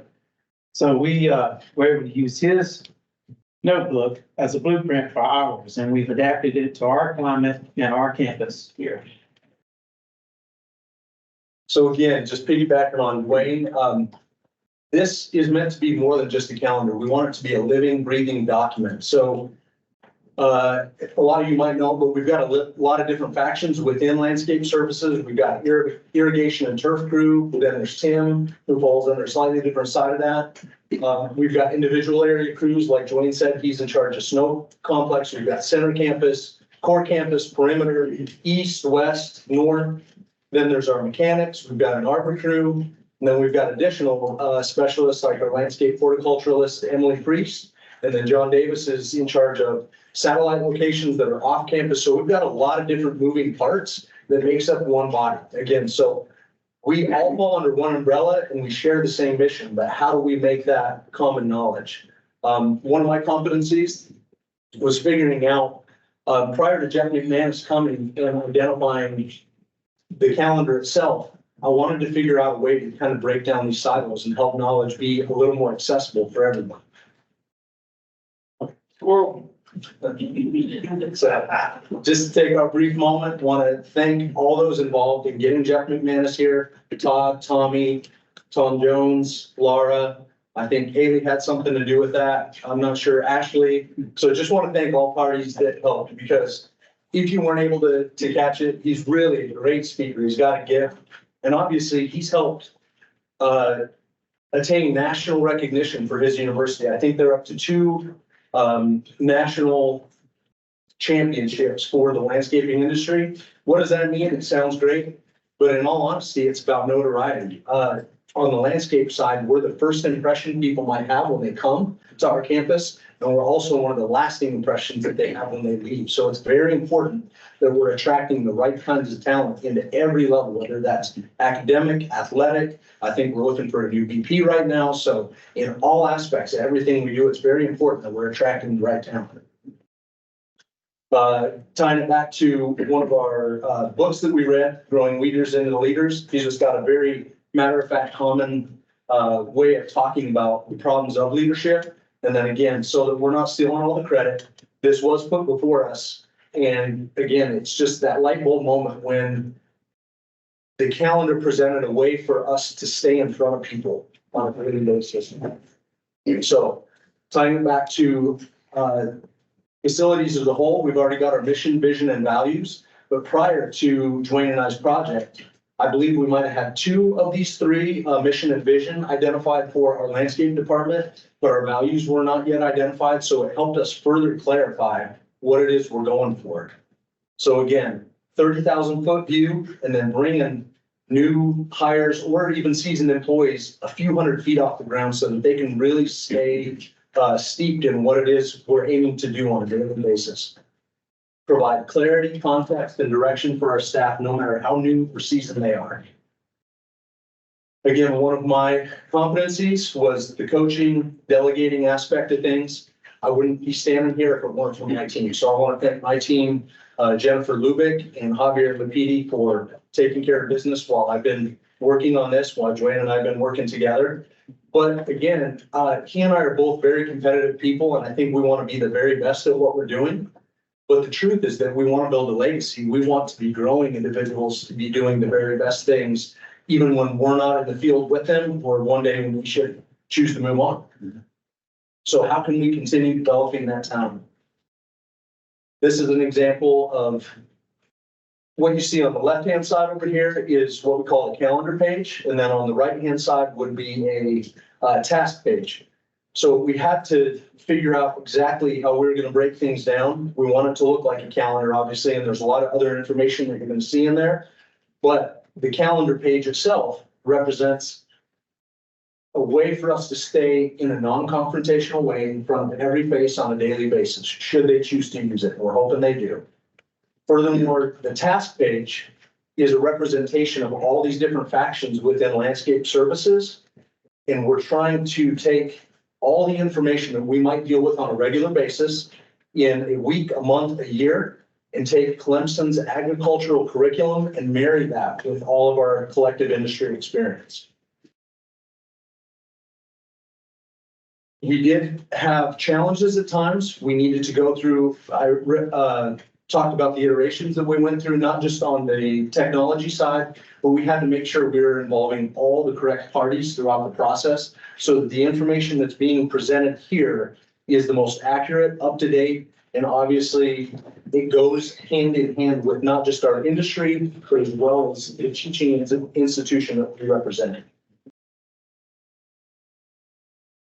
So this was the second focal point for me, was customer service, and especially the internal and external environmental focus. So of course, internal would be our landscape services team, and hoping that we can all be cohesive and do key processes like the aerating or fertilizing in a timely manner. So, and I think by doing that internally, there's a external reaction to that. That's not just the students, faculty, and staff, but also people in the community. I told Sean that I've had people that know my horticulture background, know I work here, that they've told me they observe when we do stuff like pruning. On this picture, this is Dappet. This is an ornamental grass, so it's pretty obvious when it gets pruned in late winter or early spring. And I've had people, like I said, comment that when they see we've done that on campus, that cues them when they should do it at their house if they've got the same plant material. Another thing is crepe myrtles. You probably all seen a crepe myrtle that's pruned back very severely. I get questions about that, and I try to educate people that we do not want to do that. That's not healthy for the tree. And just come on our campus and just ride through and look at our crepe myrtle, especially in the summertime. prolific bloomers. Okay. On our task page, you may have noticed this Thrive and Plan ID. These are two different programs that are going on right now that are being developed, and just being introduced in our department.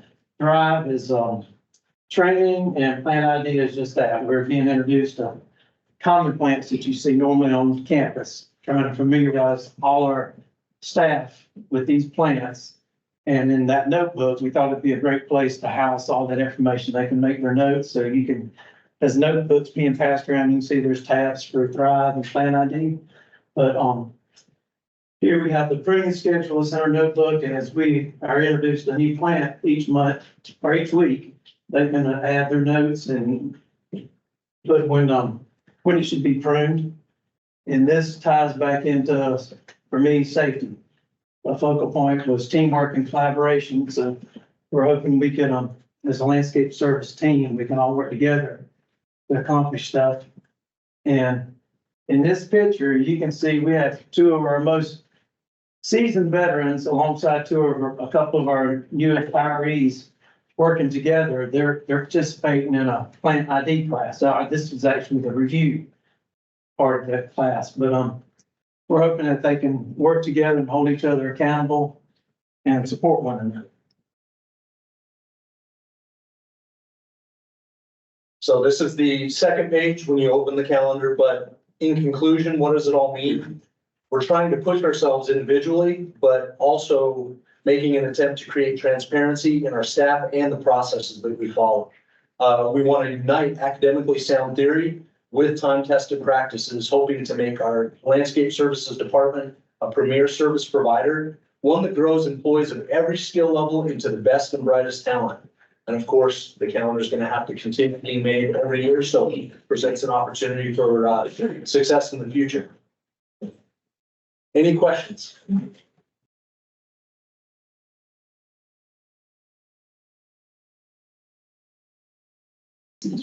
Good morning. My name is Charlie Dunham. For those of you that do not know me, I am on the Arbor crew for landscape services. There's currently 3 of us. We're looking for a 4th. In case you know anybody. My first project about it, or the reason I chose this project was because a lot of people don't understand what the Arbor crew does on campus. And come to find out, there's actually a couple other areas on the websites that tells you who we are and what we do, but it's really hard to find because I found them by accident. So I was like, you know what, I'll go ahead and make a brochure. All right, so seeing all the trees being taken down on perimeter and the now new forestry building going over by what is the word, Hotsky area. That's all being taken down for trees, or all the trees are being taken down. And we get asked a lot, why are you doing this? And so, well, we're not the ones taking the trees down. You know, so we're new building. So how many trees do you take down a year? And it's like, we only take down probably 12 trees a year, if that. And the only reasons that we take down trees on campus is for the campus safety, all right? So for us to be able to take down a tree, we have to go through 3 levels of inspections.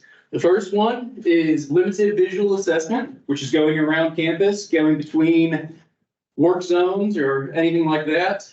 We actually look out of the truck, see if there's anything wrong with the trees. If we do, we make a note about it, and we'll return back to the trees and take care of it.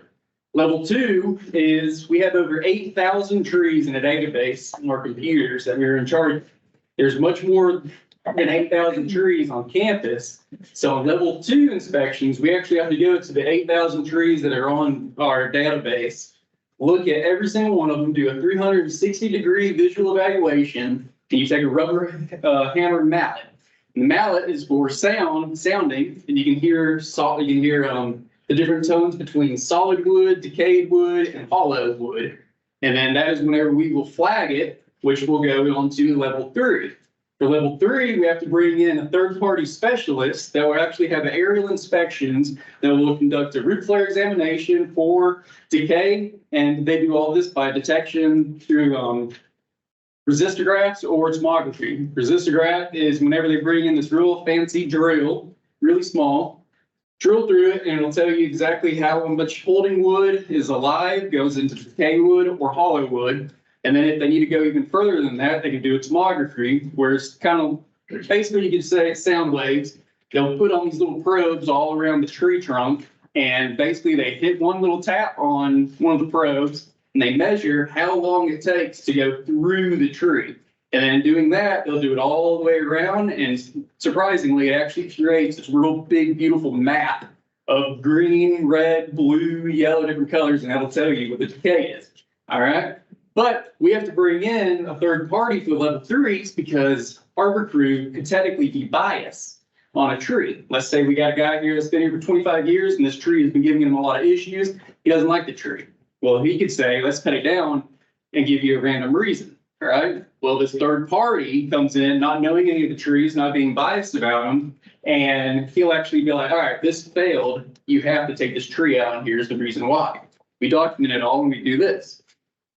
And then whenever we conduct this, that is the first part of our campus safety.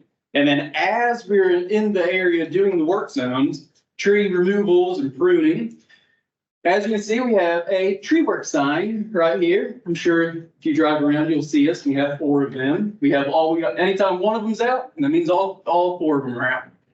It'll keep people from walking down the sidewalk. Well, no, it doesn't. It does not keep people from walking down the sidewalks. It lets people know that we are doing tree work around them. Anytime that we are actually doing a big removal or in a highly congested area, we have an established drop zone, which is a rope that goes around our perimeter where we are specifically working and having all of our limbs fall and stashing all the debris. For extreme circumstances, such as storm damage, if it blocks the road or if it's very dangerous to other people, then we will actually use caution tape, and we will go around the entire area so nobody can walk around that tree, because with storm damage, you have really weird compression and tension on woods. You don't know what's going to pop or anything that happens. And along with all that, we have a lot of orange safety cones. And we have really pretty ones and we have really ugly ones, but people still ignore every one of them and continue to walk through them. Now for crew safety, we have a helmet, chainsaw pants, work gloves, eye protection, safety toe boots, and exceptional training. The helmets have audio communication on them, and whenever we use this, we have to use a technique called command to response. What that is whoever's running a chainsaw, you have to say what you're about to do, what you're about to cut, and you have to wait for the other guys' response that check the perimeter saying that's all clear. So let's say I'm running the chainsaw and I say, all right, I have this branch, I need to cut it. Am I clear? Somebody else, well, actually, both people, it's always open communication. Both of them will say clear or negative. If they say clear, I'll say, I'm going to cut, and then I cut. If they say, no, it's not clear, negative, then I will say I'm holding. And then once I say I'm holding, then those people on the ground will let me know, or let the other people, let's say a pedestrian was walking by, they'll let the pedestrian know that it is safe to continue. These chainsaw pants that you see all of us wearing, they are a very, very important safety factor because we're running chainsaws by our legs. Anytime we're doing something, it's usually by our legs, unfortunately.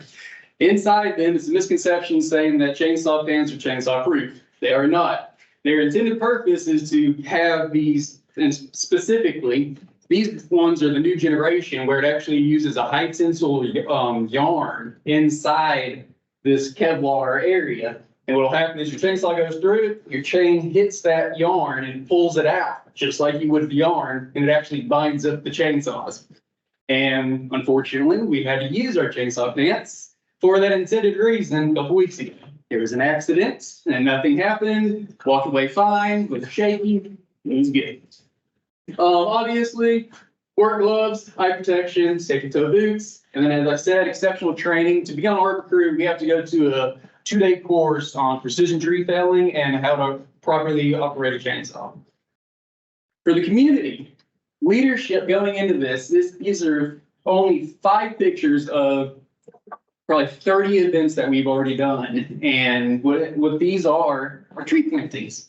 Okay, so what we do is we'll actually hold a tree planting multiple times throughout the year, and we ask students or the community to come around so that we can teach them the proper way to plant a tree, how to pick out a tree, and how to correctly continue to monitor the tree, right?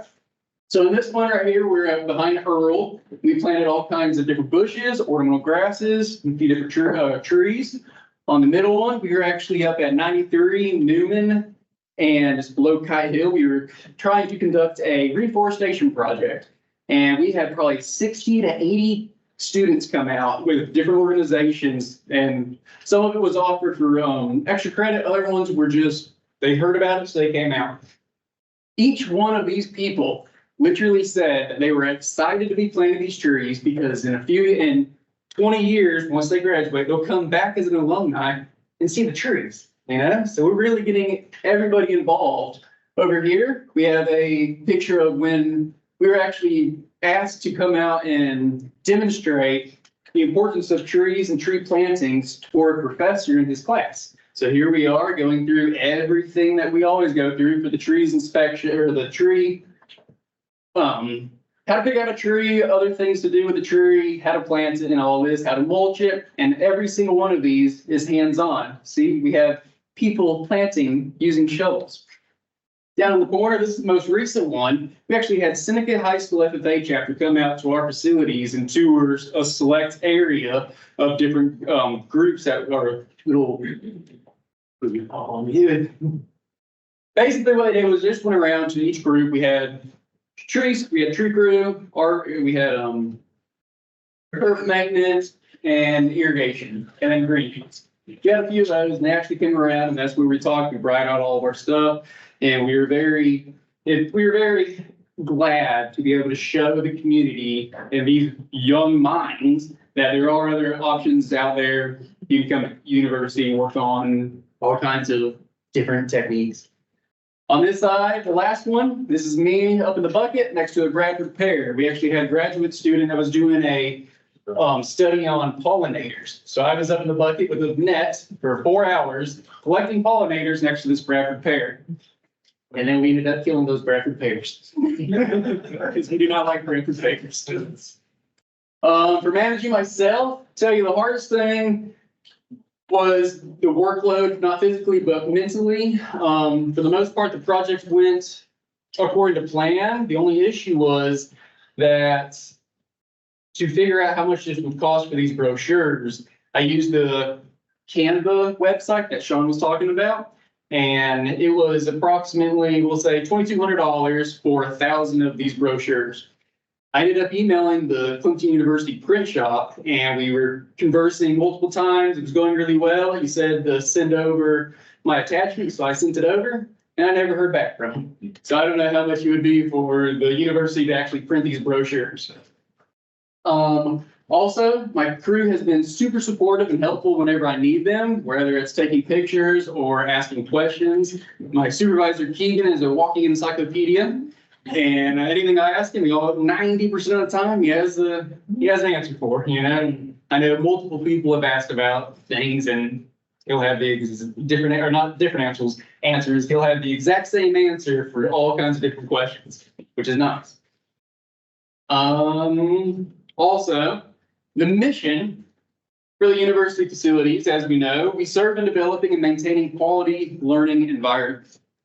Well, as you look at these brochures going around, quality learning environment on this slide, you have to visualize because the way that this had to be put in for a brochure is going to be really confusing on how it's labeled. But the title, and then safety first, second, and always, because that is our number one thing. That just goes back and says the different types of levels. Over here, you have your tips. This goes back to how to select a tree, how to plant a tree. Turns out, a lot of these students have never held a shovel, you know, so they don't know how to dig a hole. They don't know how to spread mulch. They don't know how to pick a tree. They don't know how to plant a tree. They don't know how to water a tree. So we're actually out there talking to them, showing exactly how these things are done. And these were just tips for people who end up picking up these brochures.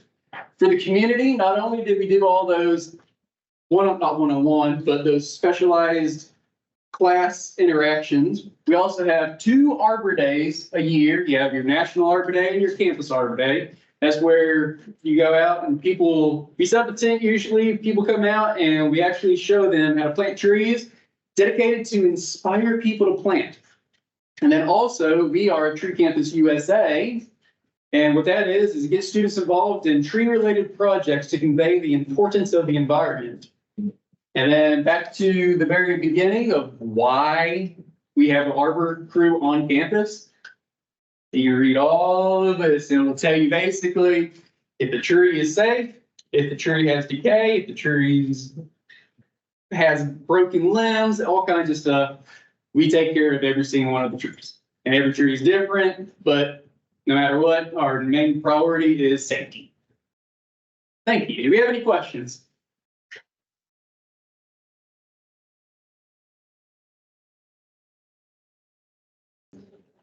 Good. All right, good morning, everybody. I'm Noah Phillips from the Energy Management Shop, which is in the Utility Division. And I'm Scott Feagan. I work in the Energy Management Shop also, which those of you don't know is the chiller plants. So our project is going to be talking about electric motor maintenance improvement. So we already have some maintenance steps in place, but this is going to be how to improve upon those and some different things we found along the way. So what's the problem? The problem we found where we were having some motor failures that were due to improper greasing, which is part of the maintenance that we do. Also, we were finding that there was too much grease or not enough grease being applied at the same time as it was being done too often or not often enough. So who has this problem? Basically, anybody across campus that does any kind of maintenance on pumps, motors, fans, exhaust fans, air handlers, anything that has grease fittings that has to be maintained, which would include pretty much any shop. And I'm sure custodial probably has some kind of equipment that has grease fittings. Yeah. So why should this problem be solved? To increase the lifespan of equipment and keep it operating at peak performance. So in just a minute, we'll see kind of what the failures look like and go over some costs and things like that. But this is just kind of already tying back into the mission and vision statement of keeping our maintenance up so that we have the good environments for learning and work. All right, so how are we gonna know that this problem's been solved? Well, first of all, the less failures on equipment. How many supplies are being bought at maintenance stores? If you're greasing too much, when you tweak that program a little bit, you're not gonna be buying as much grease on a year basis. And you're getting longer equipment life too. First step we did into this repair, we noticed we were getting some excessive noise after we just did our PMs, greasing motors. So it was like, okay, what's going on here? So we decided, let's get a vibration test on the motors and the pumps in this plant. And to identify the issue, and that vibration analysis actually, cost $1,700, a little over $1,700. Well, after that analysis come back, we decided found out that the bearings are starting to fail. So we decided to go ahead and we need to go ahead and replace the bearings on these motors. And then the next part was since we determined it was from bearing failure from most likely improper greasing, we got a parts cost of around close to $3,000. And then to have those bearings installed, the labor cost of that was over $5,000. And you'll see a picture of these motors in just a second and why these prices are so high. You'll get kind of a picture of why. So the total cost of this repair came to $9,700. And in this particular plant, there is 8 of these motors. So you can do the math, and then we have multiple plants across campus. So to replace this motor, if we were to just take it out and then put a brand new one, same thing back in, was going to run us almost $12,000 to do this. So, and this all came from just us not realizing, or a lot of us have been taught, if you're in maintenance, you walk by something, you throw a couple clumps of grease in it and move on. It's just kind of been the status quo for years. We found out it's not really the process, which we'll go over in just a second. Okay, here's the pictures of the one we just had to have bearings replaced. It was a major, process of doing this. It took these guys a while to get these bearings off the shaft. These are actually 200 horse motors. You can kind of see this guy's leg, they're working on getting these bearings out. It's like right there. So, I mean, it's a big bearing. So it's a time exhaustive just job just to get these things off. So here's some kind of background information to go over everything. So currently our BM work orders are scheduled typically based on calendar days. So like 6 months, year, however it pans out. But Scott found some documentation that mentioned greasing on run hours of the equipment. So if you're unfamiliar with that, run hours mean how long has this piece of equipment ran actually, not how long has it been in service since the day it was installed, because it may not have ran that whole time. These pumps and motors and different supply fans across campus, they cycle, they go on and off, run at different speeds, things like that. So we can actually see our live run hour data using our current BAS, which is awesome. This Johnson Controls Medicines. So we've got all of our plants tied in. We can see all that data live on every single motor we have, and that can be applied to pretty much any motor across campus. We can apply this to pretty easily. So we have this nameplate here that goes over this information. Scott can tell you more about the greasing right there. Now this data on here on this motor plate, not all electric motors have this data. Another manufacturer has the data that's on the website. This one right here actually has it, which I never realized. You can't see it because of the flashlight, the flash here, but that's a picture of the motor.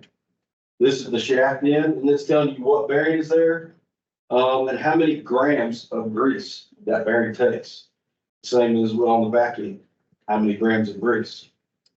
How many hours of runtime till you grease, which is 20,000 hours, which I was kind of surprised with that. That's a little over 2 years. And then the type of grease we're supposed to use. So a lot of times, like Noah brought up, a lot of times work orders are getting dropped on calendar days. One point here though is a lot of our motors during the winter months and stuff, we may have 1 or 2 chiller plants that are not running. That means that motor's not running. But this gets dropped. So, and this goes probably across campus too with other shops. And there may be a motor here or there, a pump, something's not running. They get a PM drop down to grease, they go grease, but it's not been running for who knows how long. So by what we're doing, we're actually reading the actual runtime of that motor, and we get a notification when it's time to grease. So you got some background information now. So what do we do about it? So we brainstormed some ideas on how to monitor run hours. So we kind of sat around because he had brought up run hours to me, and I'm like, well, let's try to use something we already have to make this work. And then I figured out a way of actually bringing that data in and having it do what we wanted to do, which you'll see the logic in just a second. Research grease guns for our specific needs. We compiled data from sources for our final product, and we automated our system so we are notified when a PM is due based on the actual live runtime data rather than just calendar days that are not accurate. So it's going off of actually how long this thing has been running. And then when we decided to implement this this program we're doing, so you know what, there's so many different grease guns out there, and doing the research on them, a bunch of these different grease guns have different they call it strokes. One pump of the handle gets a certain amount of grease. Some of them do more, some of them do less. So we decided we need to get one standard grease gun that we use in all of our plants. So we don't have 3 or 4 different grease guns and you have to label them or whatever. So we decided on the grease gun we were going to use. And then going back to the amount of grease per bearing on each motor, I have a little scale and I actually pump the grease out and weigh it and label it on that motor. Well, some of them have tags, some of them I've just used a permanent marker right there at the motor at the bearing. So if somebody walks up, they know this takes 35 pumps of grease. And they know they're getting that grease gun because that's the only one we have in the plant. Yeah, and so each one of them's labeled. So here is going back to the run hour data that we were pulling in. So once again, this is using our Johnson Controls Medicines BAS system. So what we're looking at here is for our west plant, which is over here by the football field, if you're familiar with it. So we're looking at the primary chill water pump two. So what we have here is the actual, when I took the screenshot of what the current run hours were, we were at 4,502. And 20,000 hours, if you remember from the data plate, is how many it's supposed to be greased at. So when it sees that that number is equal to, the totalization is equal to the 20,000 mark, it sends us an alarm based off of this. We have alarm points set up that automatically email and text our phones immediately and say, hey, I need grease. So by doing that, we're usually able to run to the plants that day and get it done. And if not, we still have that notification on our phones. Now, if we forget, because nobody's perfect, if it goes above it by a few hundred hours, that's, I've totaled it up, that's roughly a week. So if it goes about a week overdue, it will send us a, hey, you forgot about this, you need to go do it. Now, the other good point of this is that all of us have our phones with us in our shop, and we also have iPads and stuff like that, but we can access our energy management system using those, and we have a reset. So when we do that, that automatically resets everything. So when you grease it and you're done with that plant, you can go through and say, yep, I've did these. It serves two purposes. It clears the alarm for needing grease. The second thing is it's an audit trail. So a lot of places have just a paper maintenance schedule that says, hey, I did this and this and this. If something were to happen to that, this is an electronic log to where it tells you who did it and when they did it. This can also be used if you start having issues in certain buildings, if this is applied to like air handlers, things like that, or pump motors like water pumps in buildings.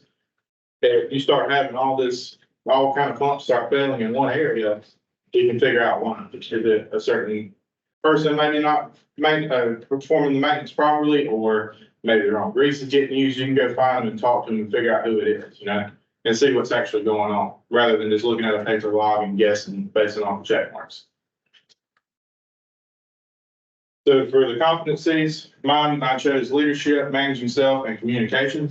So for your leadership, I use my knowledge of the RBAS controls and my creativity to automate a process, which is going to decrease our maintenance cost and the cost of replacement equipment. Managing self, I took initiative in finding a solution to a costly problem that otherwise we would have not known about. This has been going on for years at Clemson and elsewhere too. The greasing and just kind of doing it as the time rolls around. Communication. So I used Scott's findings, and discussed the plan of action, and we collectively shared our ideas from our different viewpoints we had to reach a solution. And we both learned something from listening to each other, talking back and forth about it. And mine are the teamwork and collaboration. We work together as a team. I'm not just me and Noah, everybody in our shop, including our manager. Listening to each other's ideas and trying to figure out, come up with the best way to approach what's happening with the equipment. And then the decision making, looking at all the data that I, found on all the different equipment, and deciding which is the best route to go, and how we're going to do this. And then the technical knowledge is giving us more knowledge about how our equipment works every day. The technical knowledge, I've been here almost 18 years, and like Noah said before, a lot of people are just going in, we were taught by this one old guy that, hey, a couple shots of grease when you get to PM. Another guy says you pump it until you see grease come out and then stop. Well, that's not right. So now we got the technical knowledge and knowing exactly how much goes in it. So tying back into the mission and vision, this project has helped us build upon our competencies that will allow us to continue to tackle issues that directly affect campus life. So everything on campus is affected by our chill water plants. If we lose something sufficient or big enough at one of our plants, there are several buildings that will know it within a few minutes. And that you take into account how many people is in each building, phones will start ringing. So we want to make sure that it's up and running 24/7, 365 at peak performance. Ultimately, this will help us as a service team continually improve our quality of maintenance to ensure we are sustaining our ever-changing and growing campus size. As y'all know, construction is going on everywhere. And everybody's kind of playing catch up with different things, so we need all of our equipment, like I said, working at all times. Maintain a great learning and work environment for everyone that is a part of our Clemson family. There's some fixtures of the motors from one of our plants right there. Is there any questions?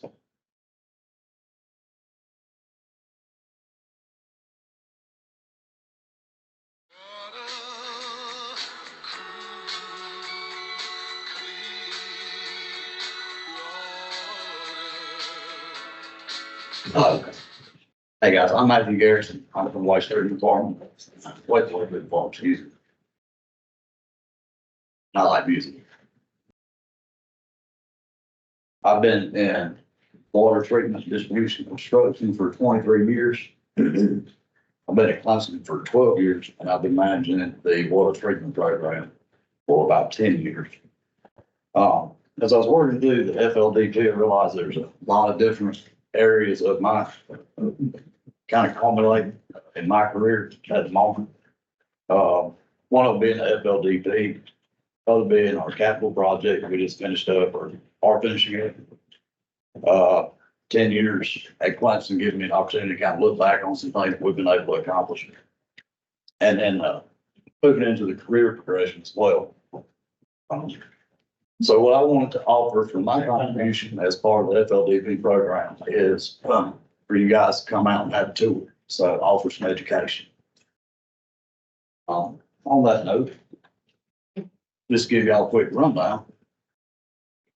The waste treatment facility has been treating all wastewater from campus since 1964. We deal with daily flows ranging from under 300,000 gallons to 2 million gallons a day, depending on condition.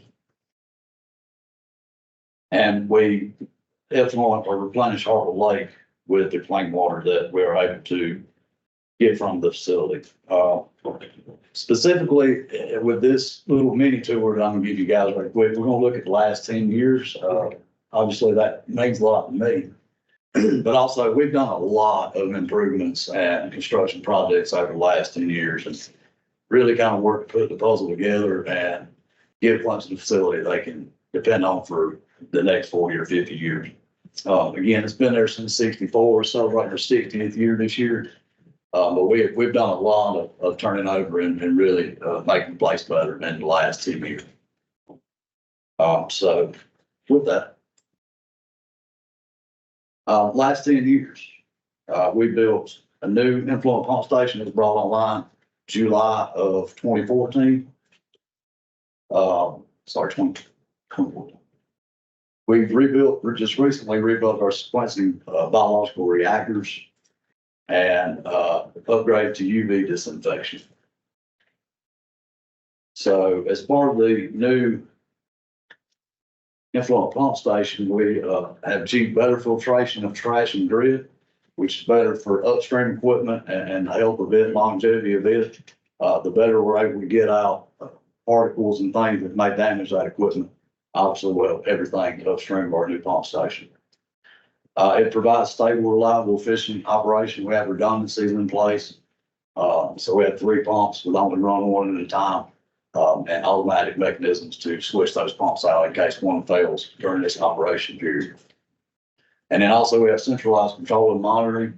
This was a big thing for us. We were able to get control and monitoring through our HMI to be able to see these processes, even though they're not right at our facility, at the treatment facility itself. It's actually down in the agricultural bottoms. So we got one there. These are our sequencing biological reactors. Again, they've been rebuilt with all new equipment. Makes everybody happy because they come under warranty. And also, we expect them to last as long as all the installation done correctly. We expect that equipment to last for a while. And then we also do RPM work to make sure that things are operating efficiently and accurately. So what we've been able to accomplish with this, as you can see, that new wall in the middle there was poured during the project. And we split these 2 basins into 4 basins. So what we were able to do by changing out the equipment as well was achieve more treatment capacity without having to increase our footprint or our hydraulic capacity. So we haven't added any new tanks or anywhere to store water than what was already there before we started the project. And this also allows having 4 tanks, allows having more continuous flow to our UV basin, which keeps the health of our UV equipment, more longevity, and better for a longer time.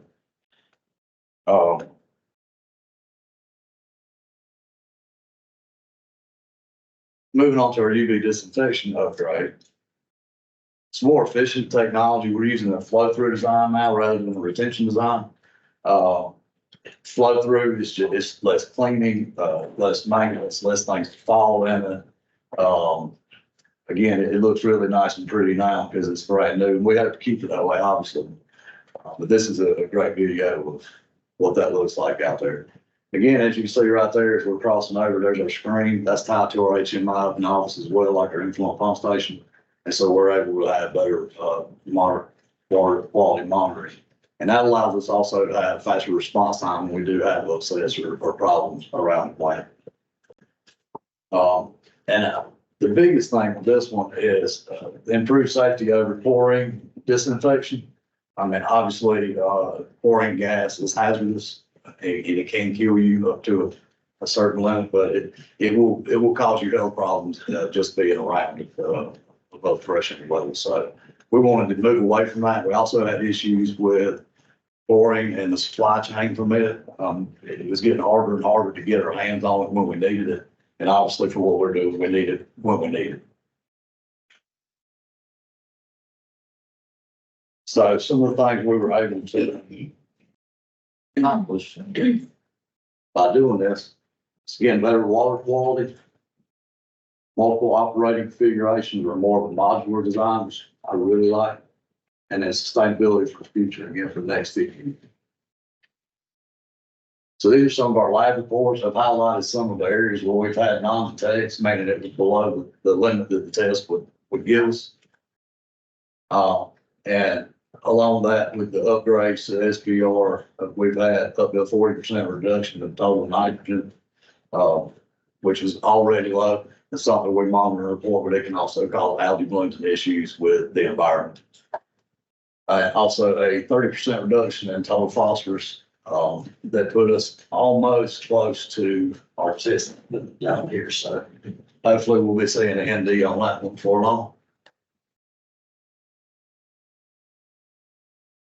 And then these are what we're reporting as of February for total nitrogen and total phosphorus. Again, you can see our total phosphorus dipping closer to this non-detectable.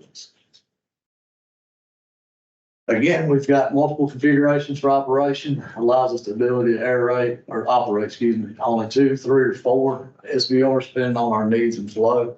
Right now, it's the week of final exam. We've got full flows for operating 4 SBR, but we'll be dropping one of those rather quickly, and most likely 2 of those for summer flow kits. We've got the ability to operate with or without primary and secondary clarifiers. Had to add some bypasses and things like that. We've done really well. I feel like we're designing this place to be able to do what we need to do daily with our changing flow patterns, and then also take care of what comes in the future. All of this also permits more efficient operation of our sludge digesters, reduces wasted power consumption and operational efforts, and allows treatment process to be tailored to future flow characteristics. So moving forward, that next 50 years, we've got excess treatment capacity, future increases in the campus population. We're currently running without clarification. We can bring those on. We can use those as surge tanks. It gives us options on how to operate based on whether it's raining today or we have a football game or we have some unexpected event, a spill, or whatever our needs happen to be. And then again, I can't say enough about the quality monitoring and our array of sensors that we put out to make treatment more efficient and also give us the information that we need to do a better job and respond more quickly. So again, we've achieved better effluent water quality and resiliency for years to come just by updating that equipment and renewing it. We've added some time to the facility. And then also, as part of this and part of being able to operate the digester differently, we're on pace to save $26,000 in energy over the last year. And with UV being an energy intensive process, I was really surprised to find this.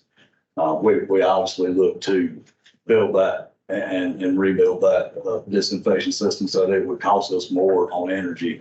And we're actually saving a big chunk of money on energy right now by having that modular design. So my journey with Clemson, I've had professional development, human resources, APPA, my supervisors, my coworkers. Something that I realized during this process is that I was kind of doing the tour as my project, but I realized that I was as much of a project as the waste treatment plant or any tour, over the last 10 years. So I'm really thankful for these opportunities. I've been able to retain the best operators in the state. I can't say enough about my guys. And I really appreciate the fact that they want to work with me. And we work well together. And so I'm glad to have management and whatnot to be able to help me with that. And also, we got a young guy we just hired a few months back. We're hoping he's going to be the next generation of good operators. We're trying to train him up right. Having these guys helps with these guys. And again, this is something most people don't even think about. Once you turn your faucet off, you know, as long as it came on when you opened it up, most people don't have a problem. But again, that's why I want to invite y'all out for a tour. Let y'all see what happens after that drain or after you shut the faucet off. And also, most people are surprised. The biggest complaint I get is that it doesn't smell bad out here. And I always tell people if you're doing it right with the equipment that we have, it shouldn't smell like anything. Or it could smell good, believe it or not. So going through the FLDP program, I kind of tried to narrow this down, but there was aspects of all of these that kind of came into play here. So obviously with the capital project, there's a lot of problem solving.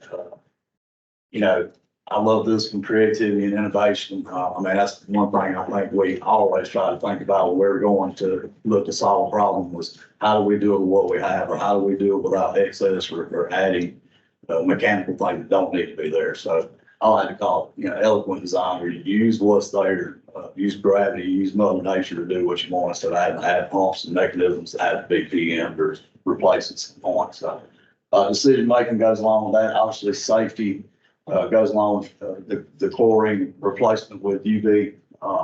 Again, UV itself, you don't want to be in the light, but you can shut those boils down and do whatever you need to do, and you've got other things that you turn on. So there's not that issue where if you're changing chlorine tanks and you have a leak and you get trapped in a room, you're most likely going to be not very well off after that. And then also the job specific part that goes back to training my guys, helping the new generations coming up, or hopefully that we're going to be able to hire. And knowing enough about my job to be able to give these tours. But I also wanted to say there that if you come out to the plant and I pass out my business card, y'all can give me a call or email. If you come out to the plant, you may not get me for the tour, but I just want y'all to know that all of my guys, say from my newest guy, can conduct this tour just like I am right now. They know as much as I do and sometimes more. So obviously I'm the point of contact, but if I got something going on that day, you might see somebody else there very knowledgeable and can tell you whatever you want to know. Then looking at this through the lens of the mission statement, I really kind of got stuck right here in public service and student development, and also, of course, environment. Obviously, my job is to help the environment from not taking a bad turn. But one of the things we want to do as part of the tours, and I've done tours with engineers, faculty, students. I do several tours a year with students, is just to educate everybody on what's happening with the water before and after it leaves the house. And then I didn't do this by myself. I had a lot of support, so here's the credits. Y'all contact me with questions.